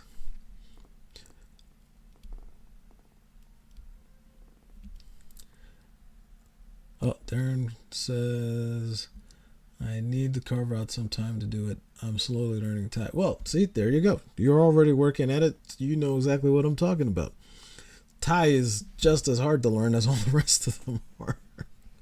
And then Darren says, good point, Grumpy. Yeah, English stole from a lot of spots. Well, yeah, it's a humongous hodgepodge, but ultimately, its base is Germany. And you know what? For that matter, while we're at it, the base of the French as a people is also Germany, but don't tell them that. They might run a sword through your throat. They don't want to hear that. But historically, that'd just be true. Oh, hey. Hola Hail, awesome one. Thank you for coming on by. Good Lord, it's that late? God damn. Okay. Yeah, I started this stream so darn late. It's ridiculous. But yes, thank you for coming by, awesome one. And awesome one says, I tried a CD course on Japanese. I was like, huh, LOL. And I totally understand, because it's not easy. For Japanese, I found it a little bit easier to learn the few words that I kind of have learned along the way between anime and the course that I tried that had them stick in my head, which is the Rosetta Stone method. I think that was a little bit easier than the Pimsleur one, because that's the other one that I have that's on CD. You might have tried that awesome one. It might have been Pimsleur. I'm not sure. But it's harder when you're just learning from someone telling it to you. But at least the people that are there, they try very hard to enunciate very properly so that you can learn it toward the language you're trying to learn, but you can also understand what they're saying. So that's what I appreciate about Pimsleur. Darren says they never like hearing that, Grumpy. You are right. No, they don't. They don't ever tell the French that they come from Germans, even though it's true.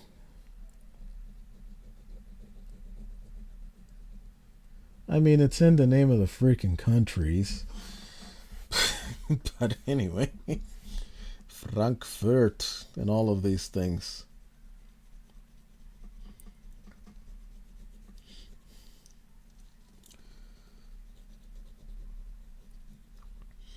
I don't know. I still don't remember why it is that they hate that so much, but they hate being sort of, made to be whatever related to them in any way, shape, or form, or whatever, or what have you. It's weird. Look, that's kind of the same thing for me. Like, I know not everybody takes the Bible for history, but I do. And I do remember that when it came time for the tribes of Israel to be stated as to where they're going to come from, which would be Isaac, Itzhak, I think is how you pronounce it. God told Father Abraham, hey, don't do this. And when he went and did it, and then he went and had Ishmael with his handmaiden, which was a mistake. And from there came a certain people. And then when Sarah gave birth to, sorry, I'm doing a little bit of granny over here, because the lettering on the goodness is a little bit weird still. And I got some lines there that shouldn't be. Dang it. But anyway, when Yitzhak came around, he got married, he did the thing, and everything was going. he told both of those boys, those brothers, said, listen, you are all carrying these people. Do not let these people commingle with these people. That is to say, the those whom Isaac begat were not supposed to commingle with those who Ishmael begat. And you know what happened? They commingled. You know what happened after that? It's the Middle East today. So the great majority of the people that are out in the desert, to me, are all just confused Jews anyway. Because that's what they were all supposed to wind up becoming. But if you say that to a single one of them, they will spit in your face after they run you through with a scimitar. So, if you are going to do that, please arm yourself properly and just defend yourself. You don't have to kill anyone. Just need to defend yourself. That is all.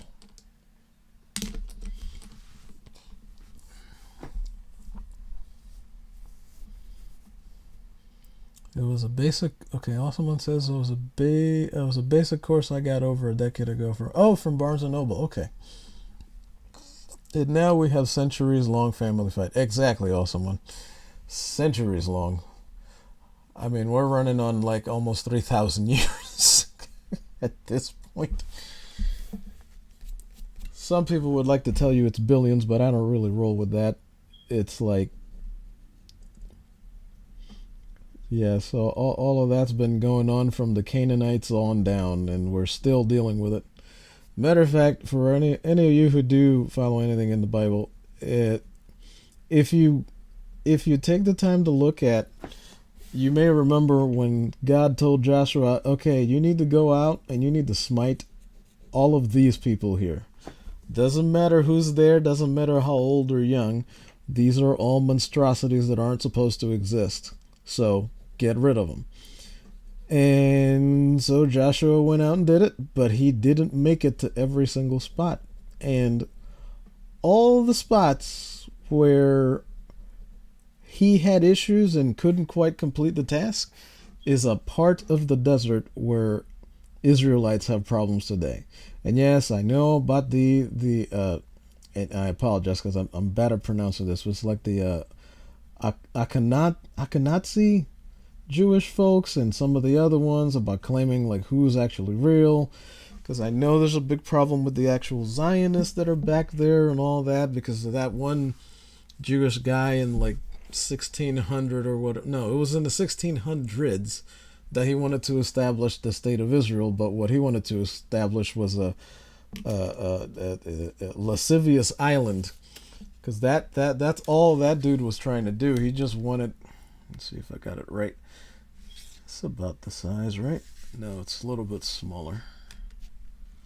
Yeah, so he was trying to establish a quote-unquote Jewish state, but it really wasn't that, because what he wanted was to establish a literal den of iniquity, but on the scale of a country.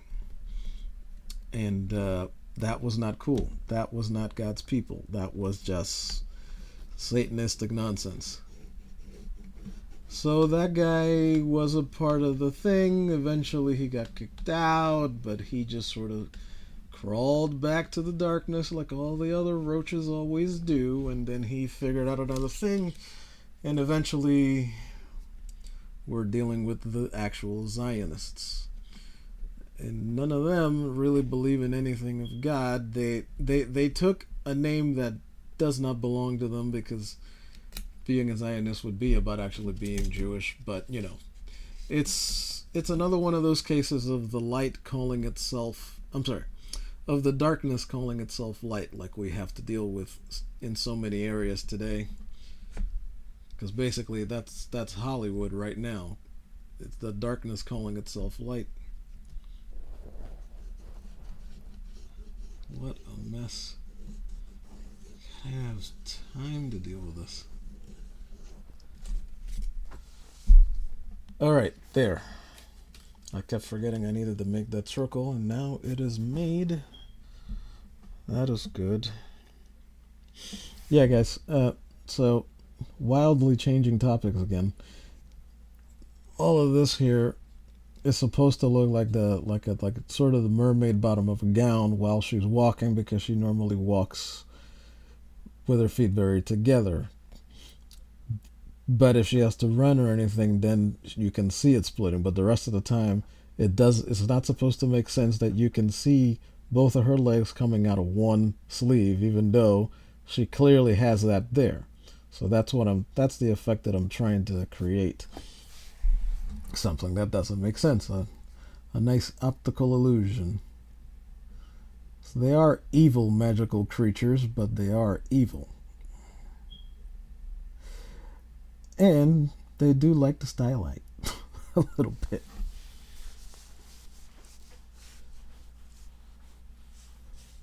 Darren says, yep, Grumpy, spot on. It is weird. That is why theology is so interesting and full of information. It is, though, isn't it, Darren? It is. Like, you look around and you look behind some of the things that people pretend to understand now, and you're like, oh, this is what it was all along. You're a moron. And that's kind of how it feels. But it's not that they're a moron, it's just that they have taken that particular bit of understanding. Because the problem with theology, the problem with entertainment, is that in these last generations, people just see the end result and they don't look at how they arrived. Like, the people that made those end results happen, they don't look at how those people arrived there. So they don't understand anything.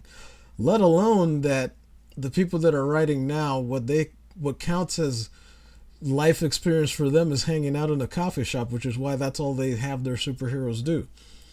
For them, trans rights are World War II, and they don't understand that that's not the way that even works. Even. And it's a complete mess. It's a complete freaking mess. It drives me nuts. Like, don't just look at the cake. Understand how it was made. Like, I know how I say nobody wants to see how the sausage is made.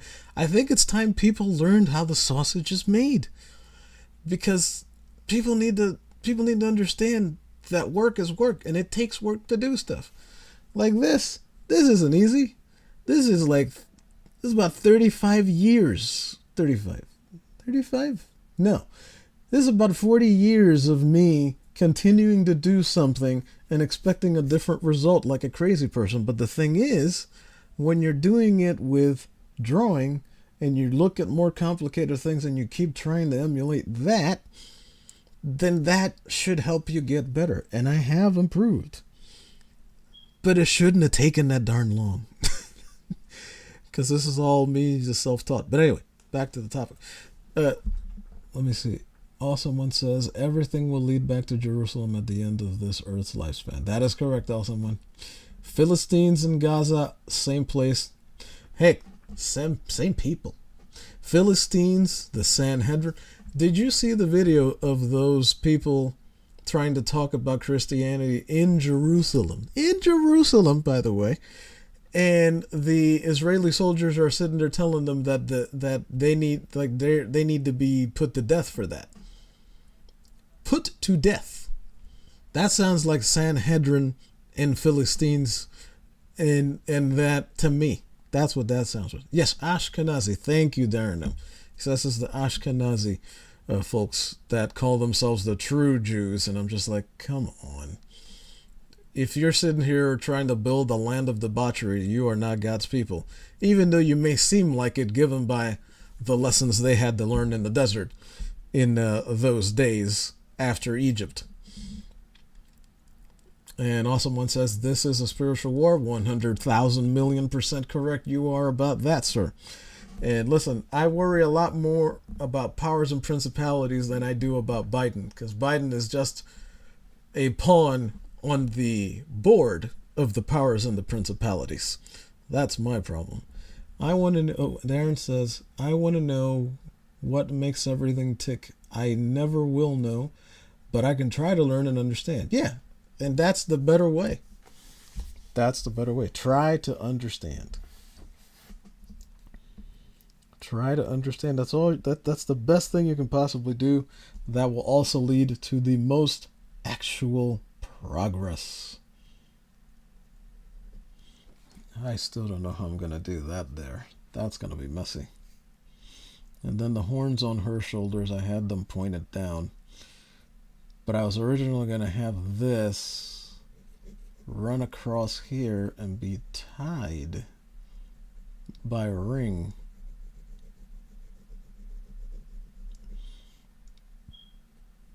To that.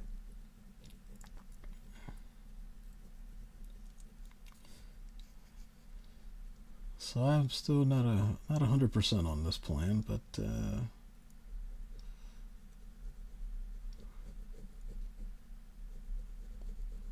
I don't know, so much tied just as hooked.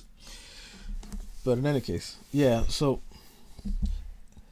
yeah, awesome one, Darren. And you guys are both right about this. Is pretty much a spiritual war out here. It's a lot of mess and a lot of stuff, and most people in this world do not have time to try to understand all that. But it nonetheless is very, very troublesome stuff going on out there. So I can't take any sides in this, because one of the things, I don't know if you guys remember this, but that girl that essentially rolled us into the Gulf War back in, was it 90, 91? Her name was Yahida, actually, very similar to that one character that's in Baldur's Gate now. And she was talking about how, what was it? Was it Al Qaeda at the time? God, I can't remember who Schwarzkopf was fighting with. But whoever it was then, in the Gulf War, she came on and spoke before Congress and told them about how they were doing this to women and children, and all of this was going on. And then, shortly after the quote-unquote war was dying down, it was discovered that that was a pack of lies. And basically, everything that she said didn't serve anyone one bit except the people that wanted to drive this country into a war in the Middle East. And that kind of sucked. And I haven't forgotten that. And that doesn't mean that the people who are being accused of doing that to babies now didn't do it. But the problem is knowing for sure. Let alone how much of that was actually done. Okay, no, not this way, not this way, not this way. That's not what I was going to do. Hold on. So yeah, I'm not entirely prone to believe everything that comes from the news, as it were.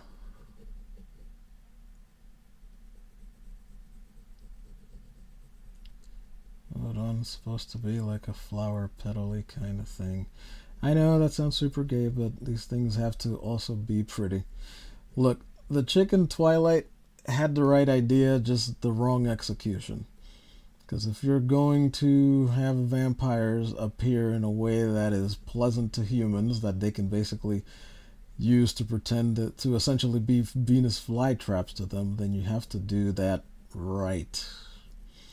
So that's what this is supposed to be trying to attempt.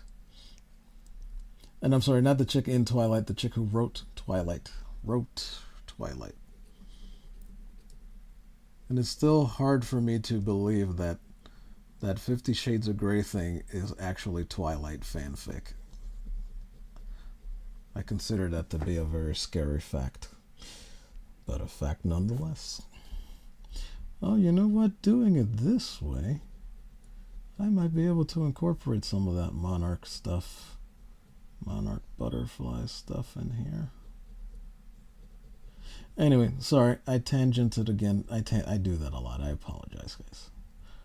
I can promise you I am way worse than Gary when it comes to that. Thoughts hit me a lot faster than I can handle them.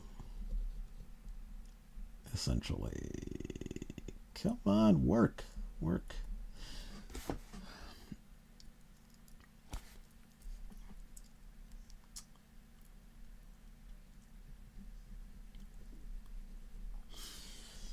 All right. Megatron says the carnivores are almost done. That's gonna be so bad. Megatron, I gotta figure out how I can get back on Twitch again so I can see that. Or if not, can you see if you might be able to simulcast it to YouTube? Maybe, possibly. I don't know. I don't know how to approach any of these things. I really don't.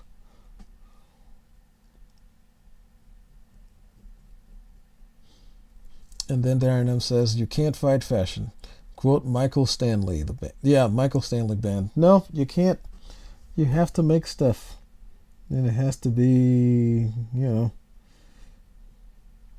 these things are supposed to approach man and steal from them all of their hope and replace it with misery, dread, and apathy. Well, they have to be attractive in order to convince them.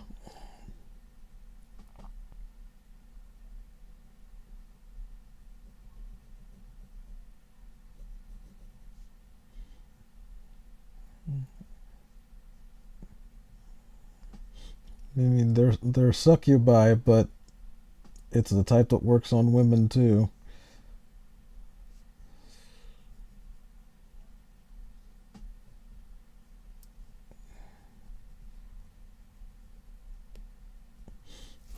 Okay. All right. Okay. The bottom.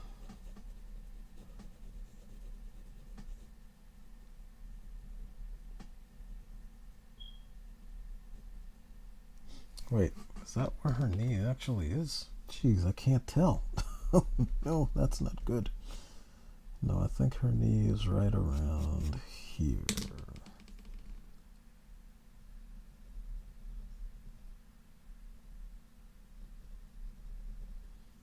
Because it's supposed to be falling like right over and right under it.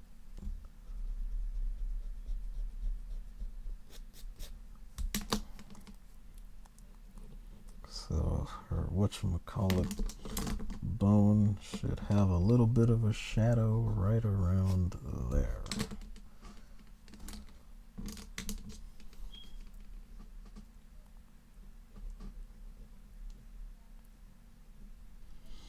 Okay.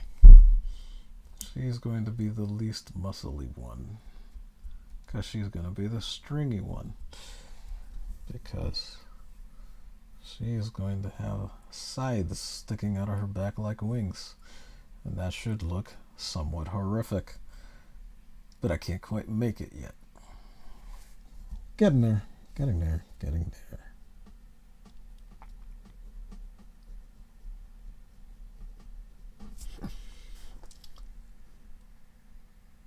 Oh, you can, okay, Megatron says he can upload them to YouTube after he does it on Twitch. Okay, yeah, that's a good idea. Oh, and then Darren M says it needs to be matchy-matchy, Nina Infinity. That is correct. She is quite right. It has to be matchy-matchy. Or why is it there? There is no purpose.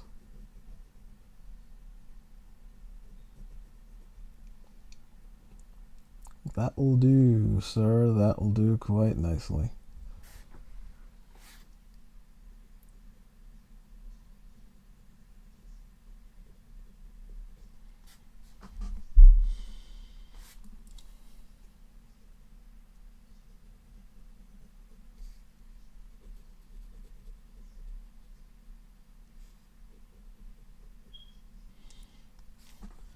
I gotta figure that out. Oh boy.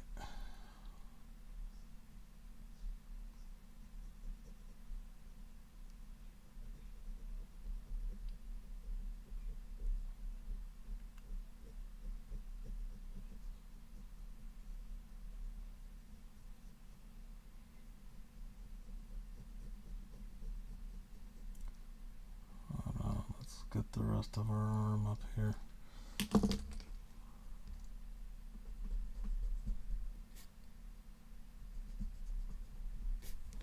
Have to properly deal with the pubes.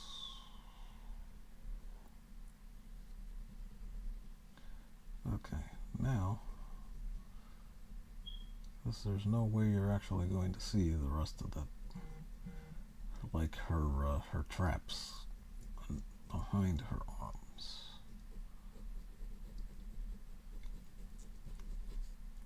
So hers is going to come from the wrist. For her, it'll basically be like a glove.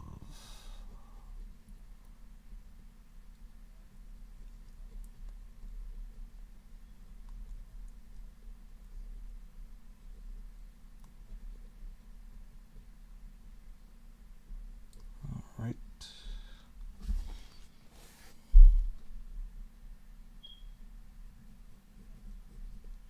A Freddy glove, but a glove nonetheless.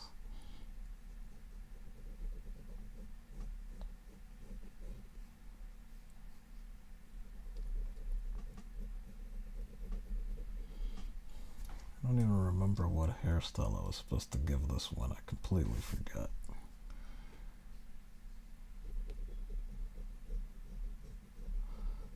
But I can tell you this much, it ain't gonna be short.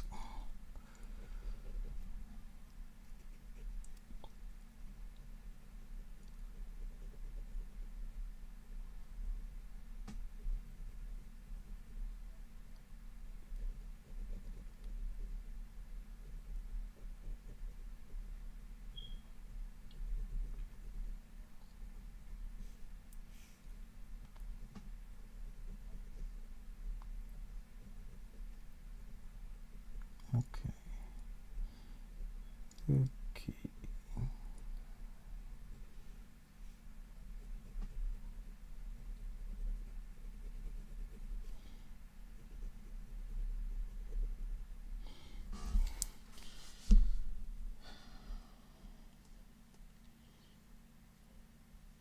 Well, at least we're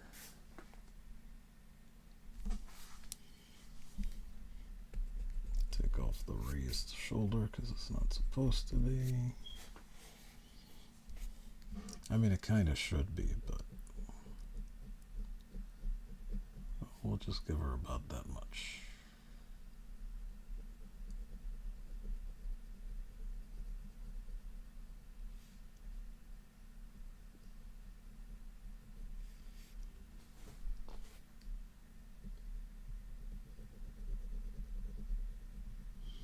Yeah, let's make sure that our whatchamacallit bone is there for her thing, and I'll just make smaller circlets so that they attach to the garters here. I guess. I don't know. I don't know how much smaller I can get away with making that, actually. Alright, let me see. Perhaps I can make them this small.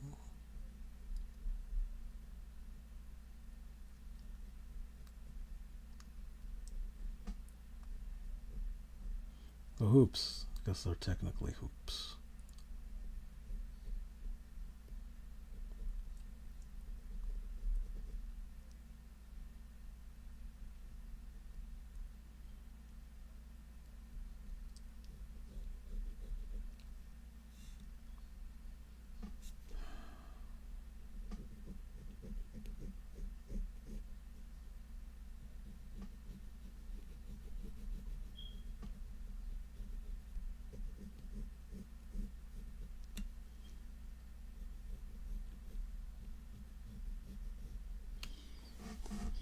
They're thick, slim. I guess is what we would call her thighs.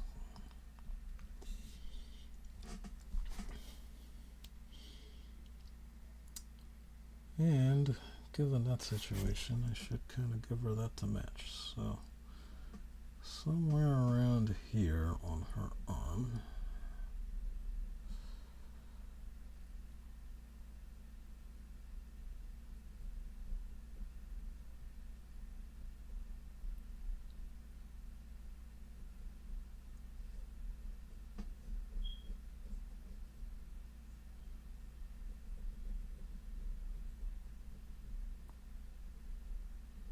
We're going to make a little hoopa thingy.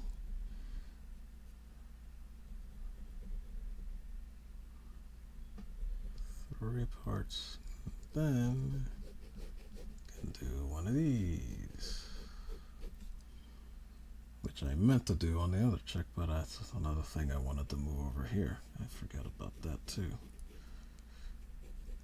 But yeah, this will fall off, and I should probably make that tattered also. I kind of wanted to make it like a kimono sleeve, but we can still do that. I just have to put some sort of design or pattern there or whatever. Might even make it pretend that it is pseudo transparent.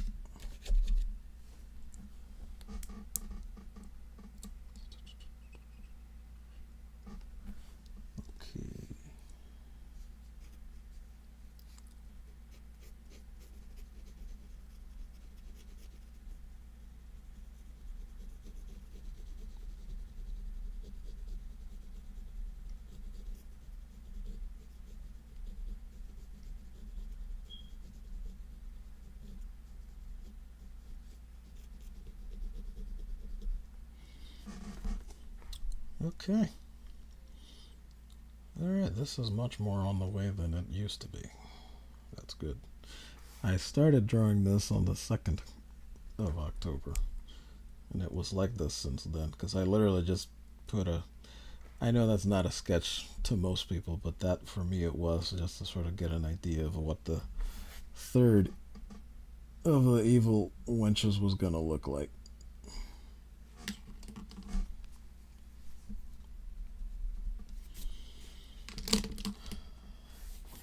So it's a faster response time for me than usual, after I try to put something down on a paper and I try to deal with it later.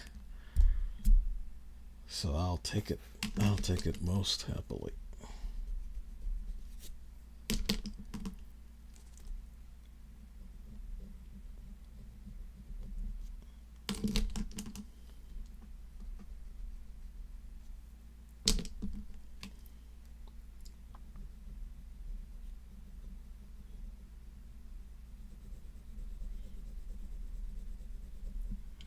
We do pseudo darkening in of that.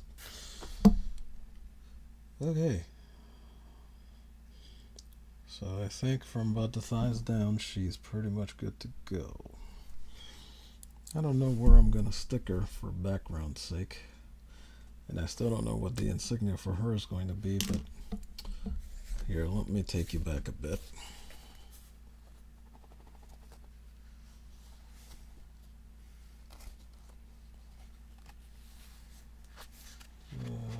Where is it?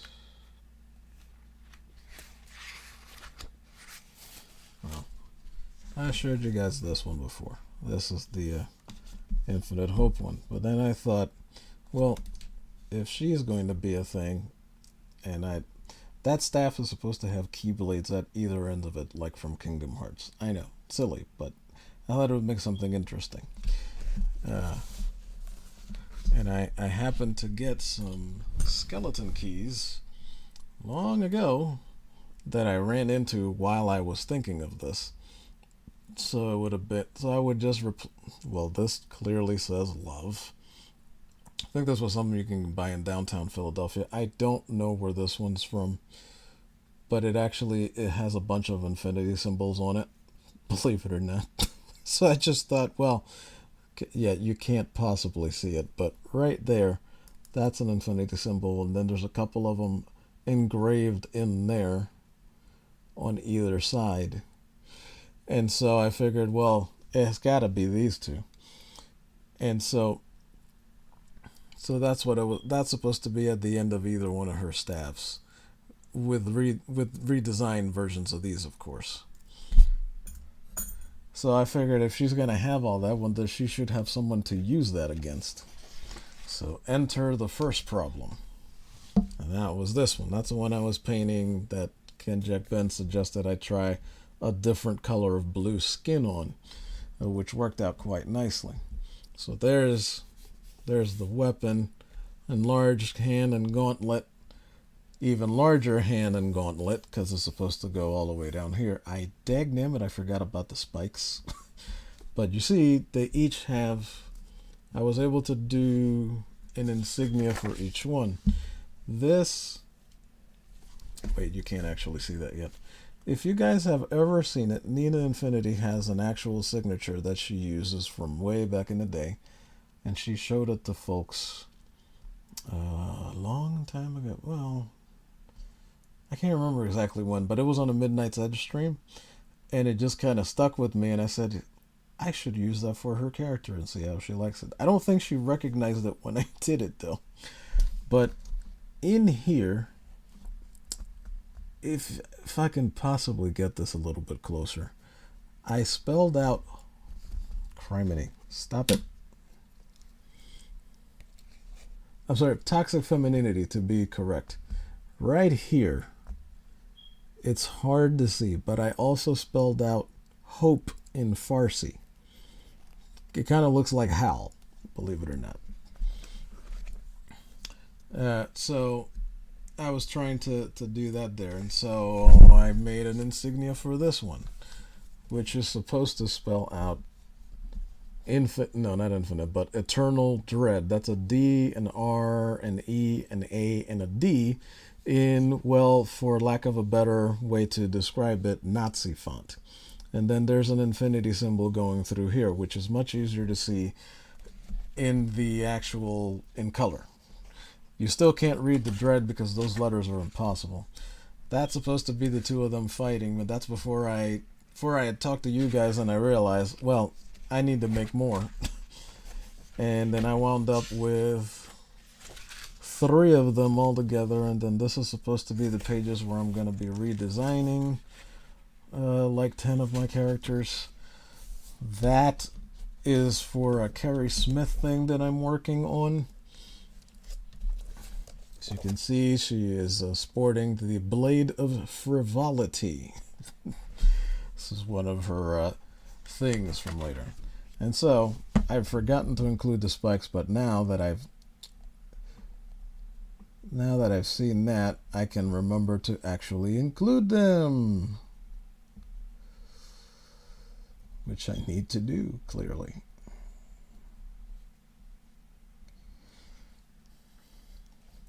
And so this is still the first one that I showed you before, and then the second one. The two of them come together in these little fire things.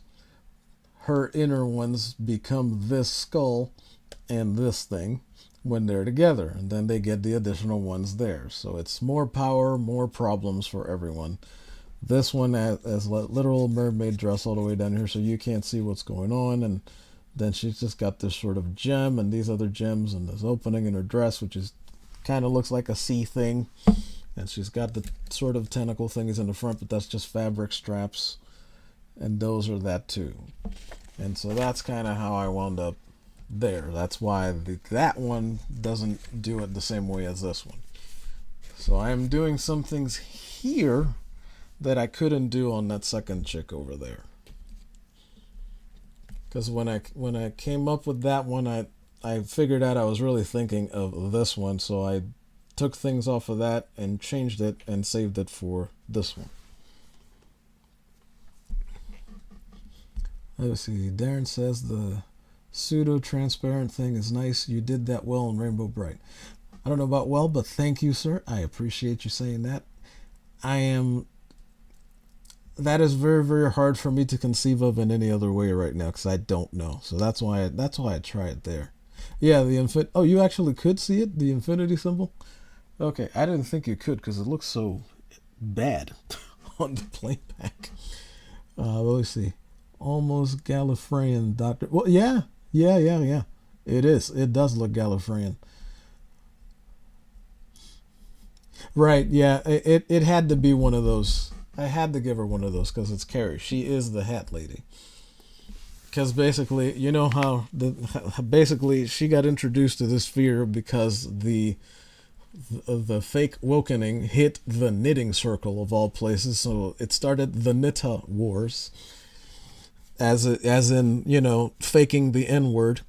And so that's why it's so what I was doing there was mocking her up to be Wonder Woman calling the Knittas out of the trenches in World War I. but I want to do it in as respectful a manner as possible, kind of like how Blackadder did in season 4. And the first time I ever watched that show, if you guys have never seen Blackadder, go watch it. It's freaking hilarious. But the very first time I saw it, I didn't get the ending because I was completely forgetting that they were in World War One. Completely. Yes, Darren M says that was an awesome FNT with Carrie. It was. All of them are. All of them were. They need to get her back on. Actually, it's too much sausage on that stream. They need to break it up a little bit, just a little bit. But yeah, I love the ending of Blackadder, the fourth one. I mean, I love all of it. I think my favorite. I feel differently than other people about the first season. I unabashedly love it. I know a lot of people hate it because Edmund is so wonky and he's going in so many different directions. He doesn't feel like he's completely padded down. But I absolutely love it about that character because you don't know what's coming next, and it's pretty darn great. Oh, I forgot. They all have chokers. I gotta give her a choker too of some sort. I don't know what I'm gonna put on it.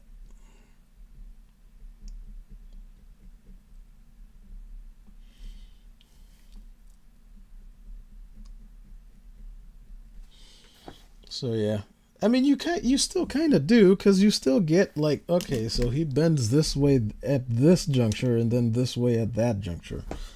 It's no big deal. Or she could just have multiple long ponytails, maybe. I don't know. I definitely haven't used that with the other two.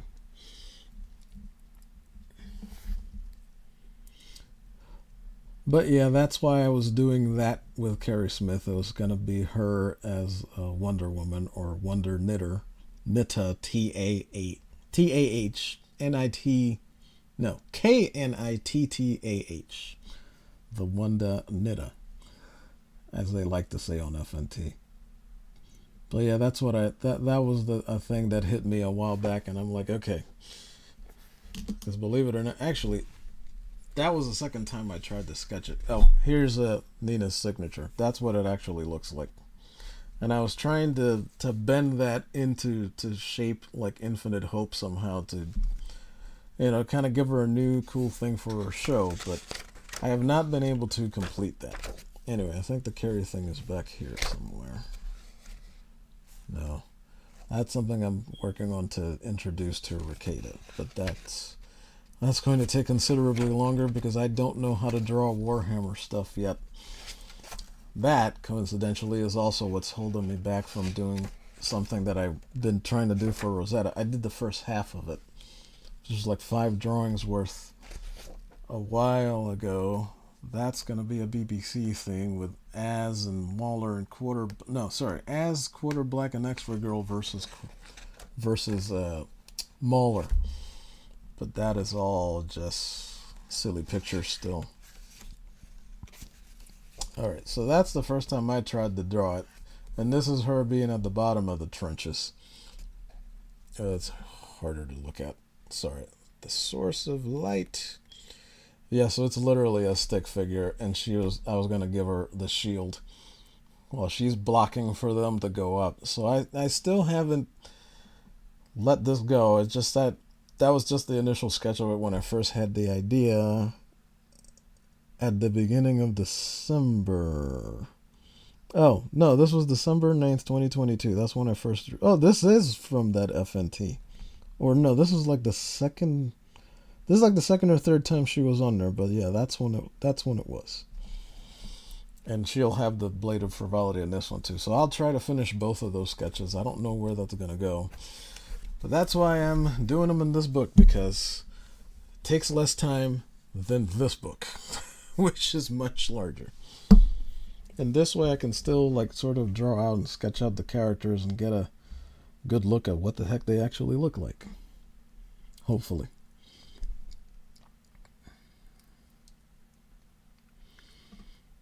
And I think that's as much of this one as we're going to do tonight. So we got a little bit further with Ignissa. We definitely got a lot further with, I forget the name of this one. I think this is the apathy one. Let's see, eternal misery, miserable dread. I can't remember them all, but it's supposed to be 3 of them. I have it written down in the thingy in the computer. All right, so we still got to deal with Madam here.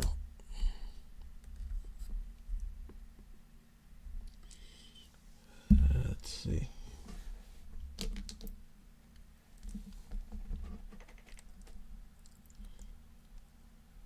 Yeah, it really was over the top. I love that. I absolutely I adore that show.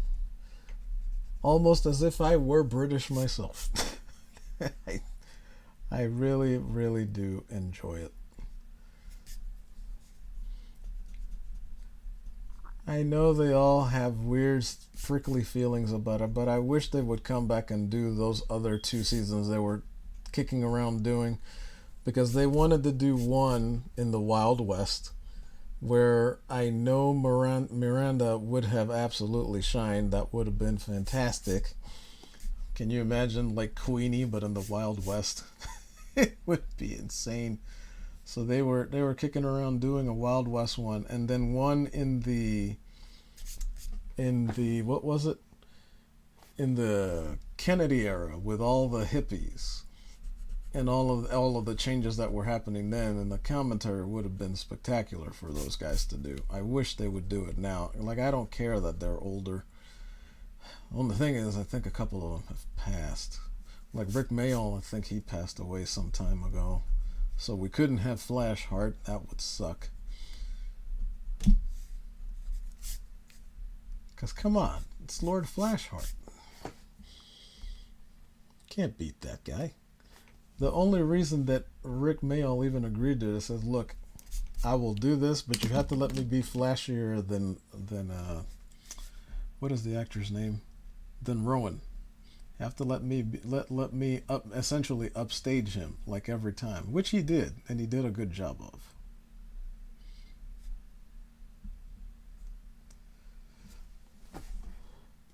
But that, of course, doesn't stop my love of Blackadder. Like that episode in the 2nd season where they all tried to sail the 7 seas and they wound up having to deal with their own urine. It was just... That episode was unreal. It was just unreal. Let's see. Darren M says, the 3 succubus of the apocalypse. Yeah, they pretty much... pretty much one of them is misery. The other one is apathy, and the other one is, dagnammit, what is her name? Hang on. I can't remember. Shivana.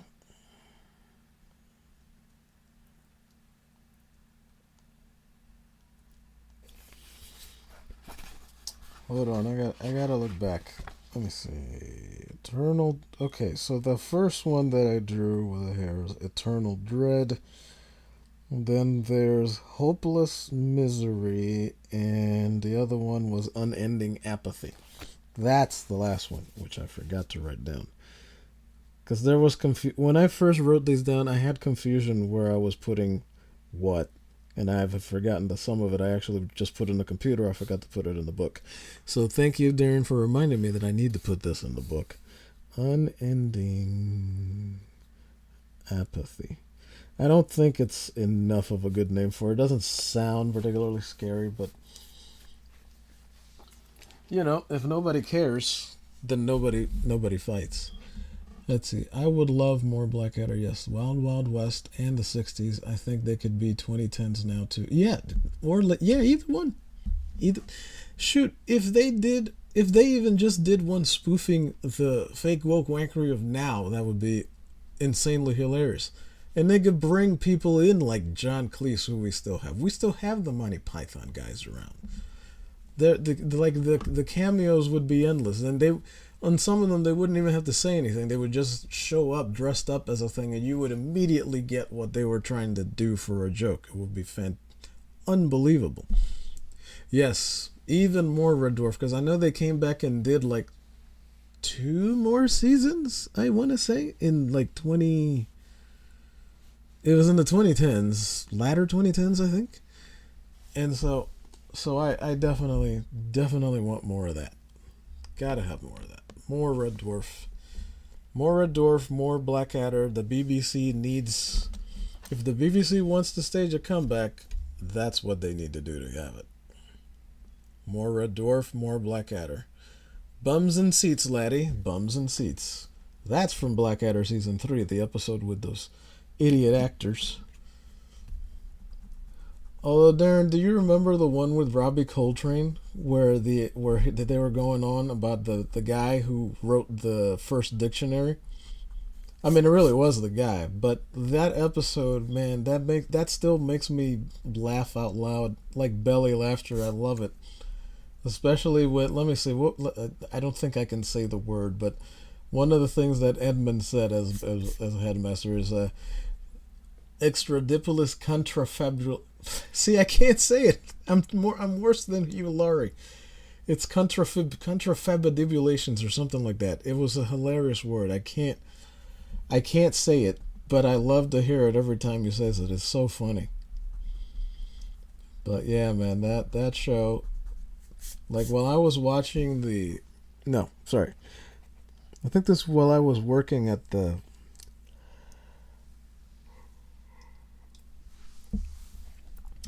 This was no, while I was working at the warehouse for a few years, I would just like I didn't have. It was a great time because we had cut everything off and I wasn't even using television, so I was just watching the stuff that I had on disc or downloaded or whatever, and I would just leave that on. I would just leave it looping 24/7, and I would just start watching it when I got home from wherever it was until I fell asleep. And then again, when I got back up, it was just, and I did that for a long time. Because I really, really enjoyed that show. I mean, heck, I even found a couple other, no, at least one more Rowan Atkinson show. I think it was The Thin Blue Line. I really liked that too. Because like it was also funny and it wasn't like over the top with its zaniness. But I enjoyed it. It was cool. I liked the people in it. Everybody had a thing to do, and they all did their work, and it was good. That's why I kind of prefer the way that England treats acting as opposed to the way that America does it. Because for them, it is just regular, everyday labor. They don't treat it like all of this. I mean, that infected everywhere, so now everybody else does it. But in Britain, you still don't have so much of the glitz and glamour with actors and TV people, like Jeremy Clarkson likes to put it. Oh, and I love that guy too, man. Top Gear, that was phenomenal stuff. Stupid BBC canceling them was completely dumb, and I think Amazon, when they canceled Jeremy Clarkson, I think they did a fake out because I don't think that the Grand Tour or Top Gear, for that matter, are really going away. But we'll see. We'll see. Clarkson's Farm was the best.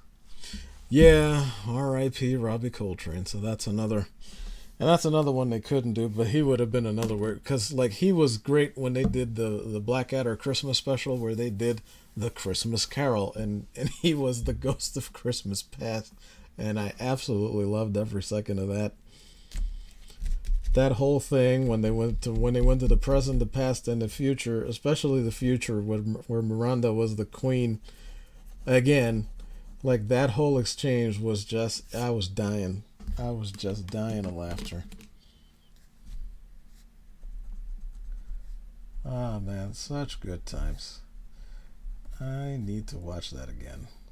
That whole thing again.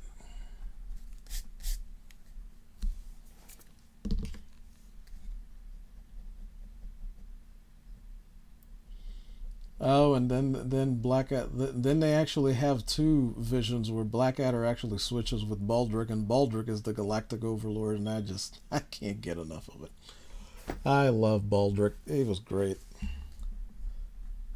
a great character, and I think he was kind of robbed in the second and well, I don't even think he had him in the other one. In the third season's not as much, but I don't like that they made him so stupid for the second and third series. Because I'm like, Baldrick wasn't dumb before; he was just a little bit, adult brained. But they just made him completely stupid in the third and in the second and the third one. Like when he was in what is it, the Spanish era.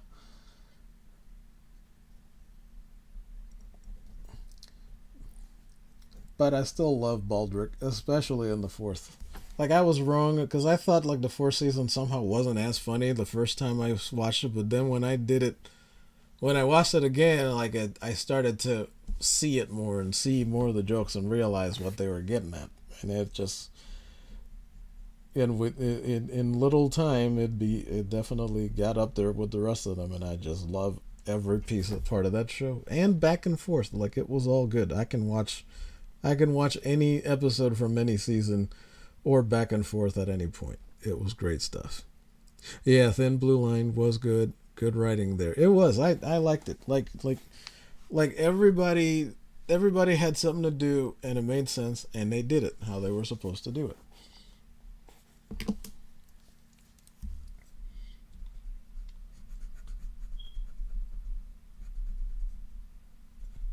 Yeah, I thoroughly enjoyed those. I've never seen all of Father Ted, and I need to.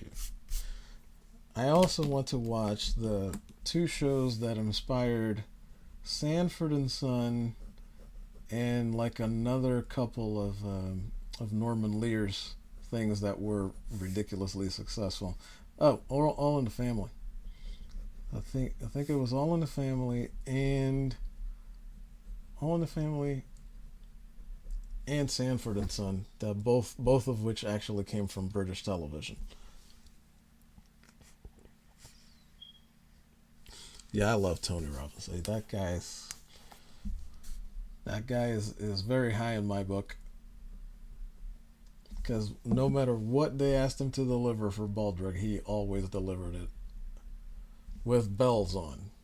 Fantastic stuff.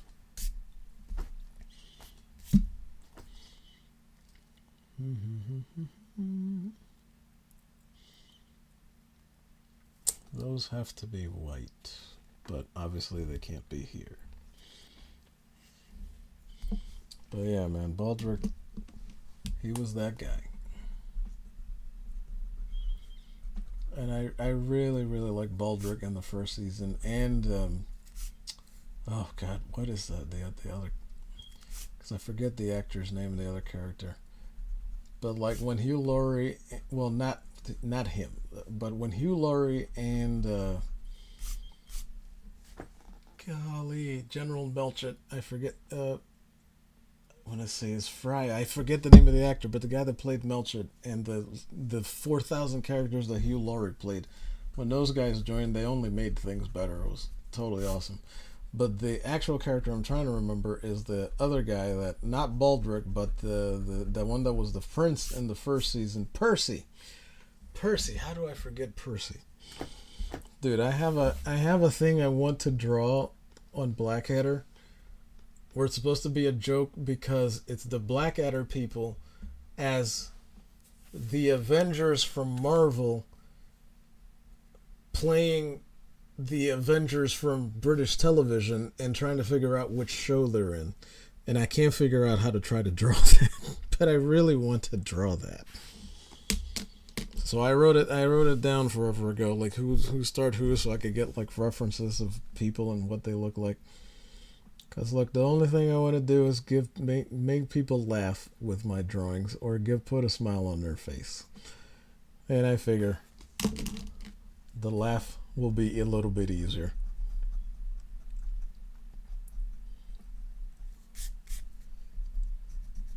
Golly, when was that? I must have written that down like 2010 or something. It was a long time ago.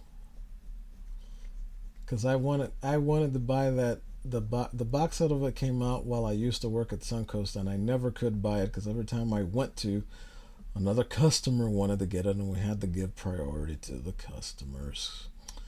So I was never able to actually buy it while I worked at the darn video store that I wanted to buy it from. Couldn't do it. For Blackadder, that is. Yes, thank you. Stephen Fry. That's who played General Melchett, and Hugh Laurie, who played many a prince, many a character in that show. Ah, yes. Forget the name of the actor that played Percy, but they all had pretty decent steady careers after that too. And then Darren says, a lot of scrunchy face will work there. What am I? Where am I? Yeah, pretty much.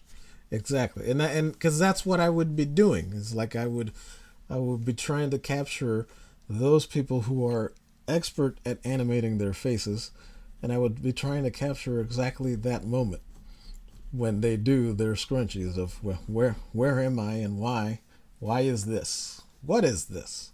I can't recognize any of it. What time is it now? Holy cow, it's 4:26. Okay, I need to save some of this for later. I'm getting into this too much.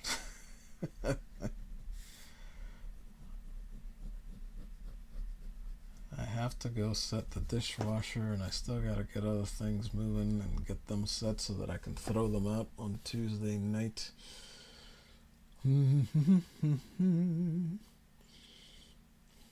But I definitely haven't done enough. Let me see if I can actually point this down. I don't think you can actually see this. Jeez. Come on, camera, be nicer. So, I have, or at least I'm trying to have, essentially dark side there. I think there you could see his face for the most part. So I'm trying to have dark side twist Calibac's head away, telling his not son to avert his gaze. It's supposed to say, avert your gaze, Calibac. And there should be a exclamation point in there, but Darkseid doesn't really talk that way, so I haven't added it. But yeah, so that would be Calibac. And that's kind of, they're meant to be the sight gag, along with the fire pits going off behind and around her, which you can't completely see on this side because I haven't been able to. I don't know how to do that yet, so I just got to roll with it as it is. Okay, Darren says he's got it. Yeah, so that's supposed to be what that is there. I still have to put my tag there, so I at least made a place for it, as opposed to forgetting like I did with the last Rainbow Brights, because I completely forgot. But yeah, that's kind of the plan. I just want to make people laugh and or smile. One of the two of them. As I put it on my Ko-Fi, my art for your entertainment or bust. That is my mission statement, as it were. Should that start from behind it or from in front of it? Now I'm not sure. I'll leave it in front because this goes behind. Yeah, so there's the credo. Do this in your own style. So it's the hashtag for the contest. It'll be the Granny, oh my goodness, challenge. So at least that's taken care of. But I unfortunately gave myself a lot more work to do on this thing than I actually can. I can't see the rest of it. To be perfectly honest with you, I never do see them. Like, when I started drawing this, I didn't see where that was going, and I still don't know where it's going to end, but I know it has to have those things. I know I wanted to do that, so that kind of generally worked. And now it's supposed to be a tiny top for the third, but I don't know where that's going to end up. Just like this. I don't know what that thing is. I mean, I do now because I wrote down what it's supposed to be, but I didn't know it was going to look like that. I don't know what she's going to wind up looking like in the end, but I know just sort of the idea that I wanted to start with, and that's kind of how all my stuff works, except for the stuff that I write down beforehand, because there... Uh-oh. But there... But there, at least, I'll get to continue on that way. So I'm just gonna keep going and see if I can figure out the stuff coming out of my head as it keeps on going. And I think, yes, Darren is saying, catch you on the next one. Stay well, my friend. I say the same to you, Darren. Stay well, my friend. And I'm planning for the next one to be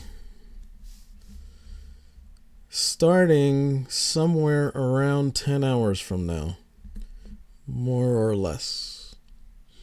10 to 8. 10 to 8. We'll see what happens. Oh, so it is. So it is.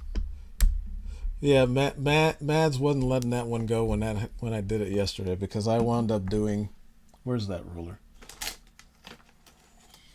I wound up doing this. So she started laughing hysterically because of where the ruler wound up, clearly. So yeah, somewhere around 10 to 8 hours, because I'm working from it backwards. I'm going to try to stream some more and try to get more of this done, because I definitely need to get these things done. And I got to start the other Rainbow Bright ones, because I can't post this until I post both of them.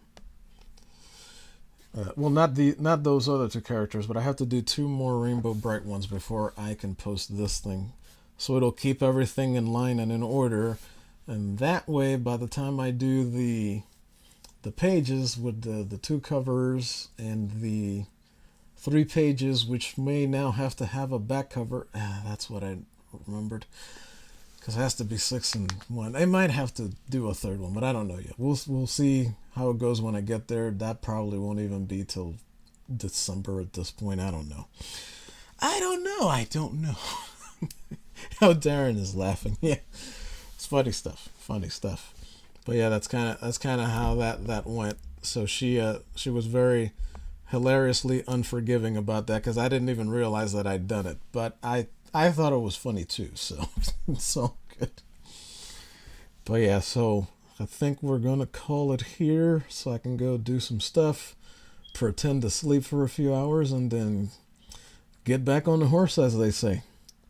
And so, with that, I would like to impart to you all a hefty thank you. Thank you for coming. Thank you for hanging out with me for a while. Let me see. Megatron was out here. Darren M clearly was out here. Ancient One popped in for a second or two. Ken Jack Ben was out here. A couple other folks lurking, it looks like. Thank you all for doing so. Every little bit helps. Every like, every lurk, every bit of view time, anything you can do, which is why I made a playlist on my page of just draw and chill. So it's just those streams. So if you guys can, when you have a chance, just leave that playing in the background if you can, and that'll help out a tonnage. That's something else I learned from everybody else that I've been watching streaming. But let me leave you with these last few words. If you never start, you will never finish. Be great and win. And stay safe out there, everyone. Thank you very much again for stopping by, and have a fantastic rest of your evening and morning and night. I'll see you all hopefully a little bit later Sunday afternoon. Good night.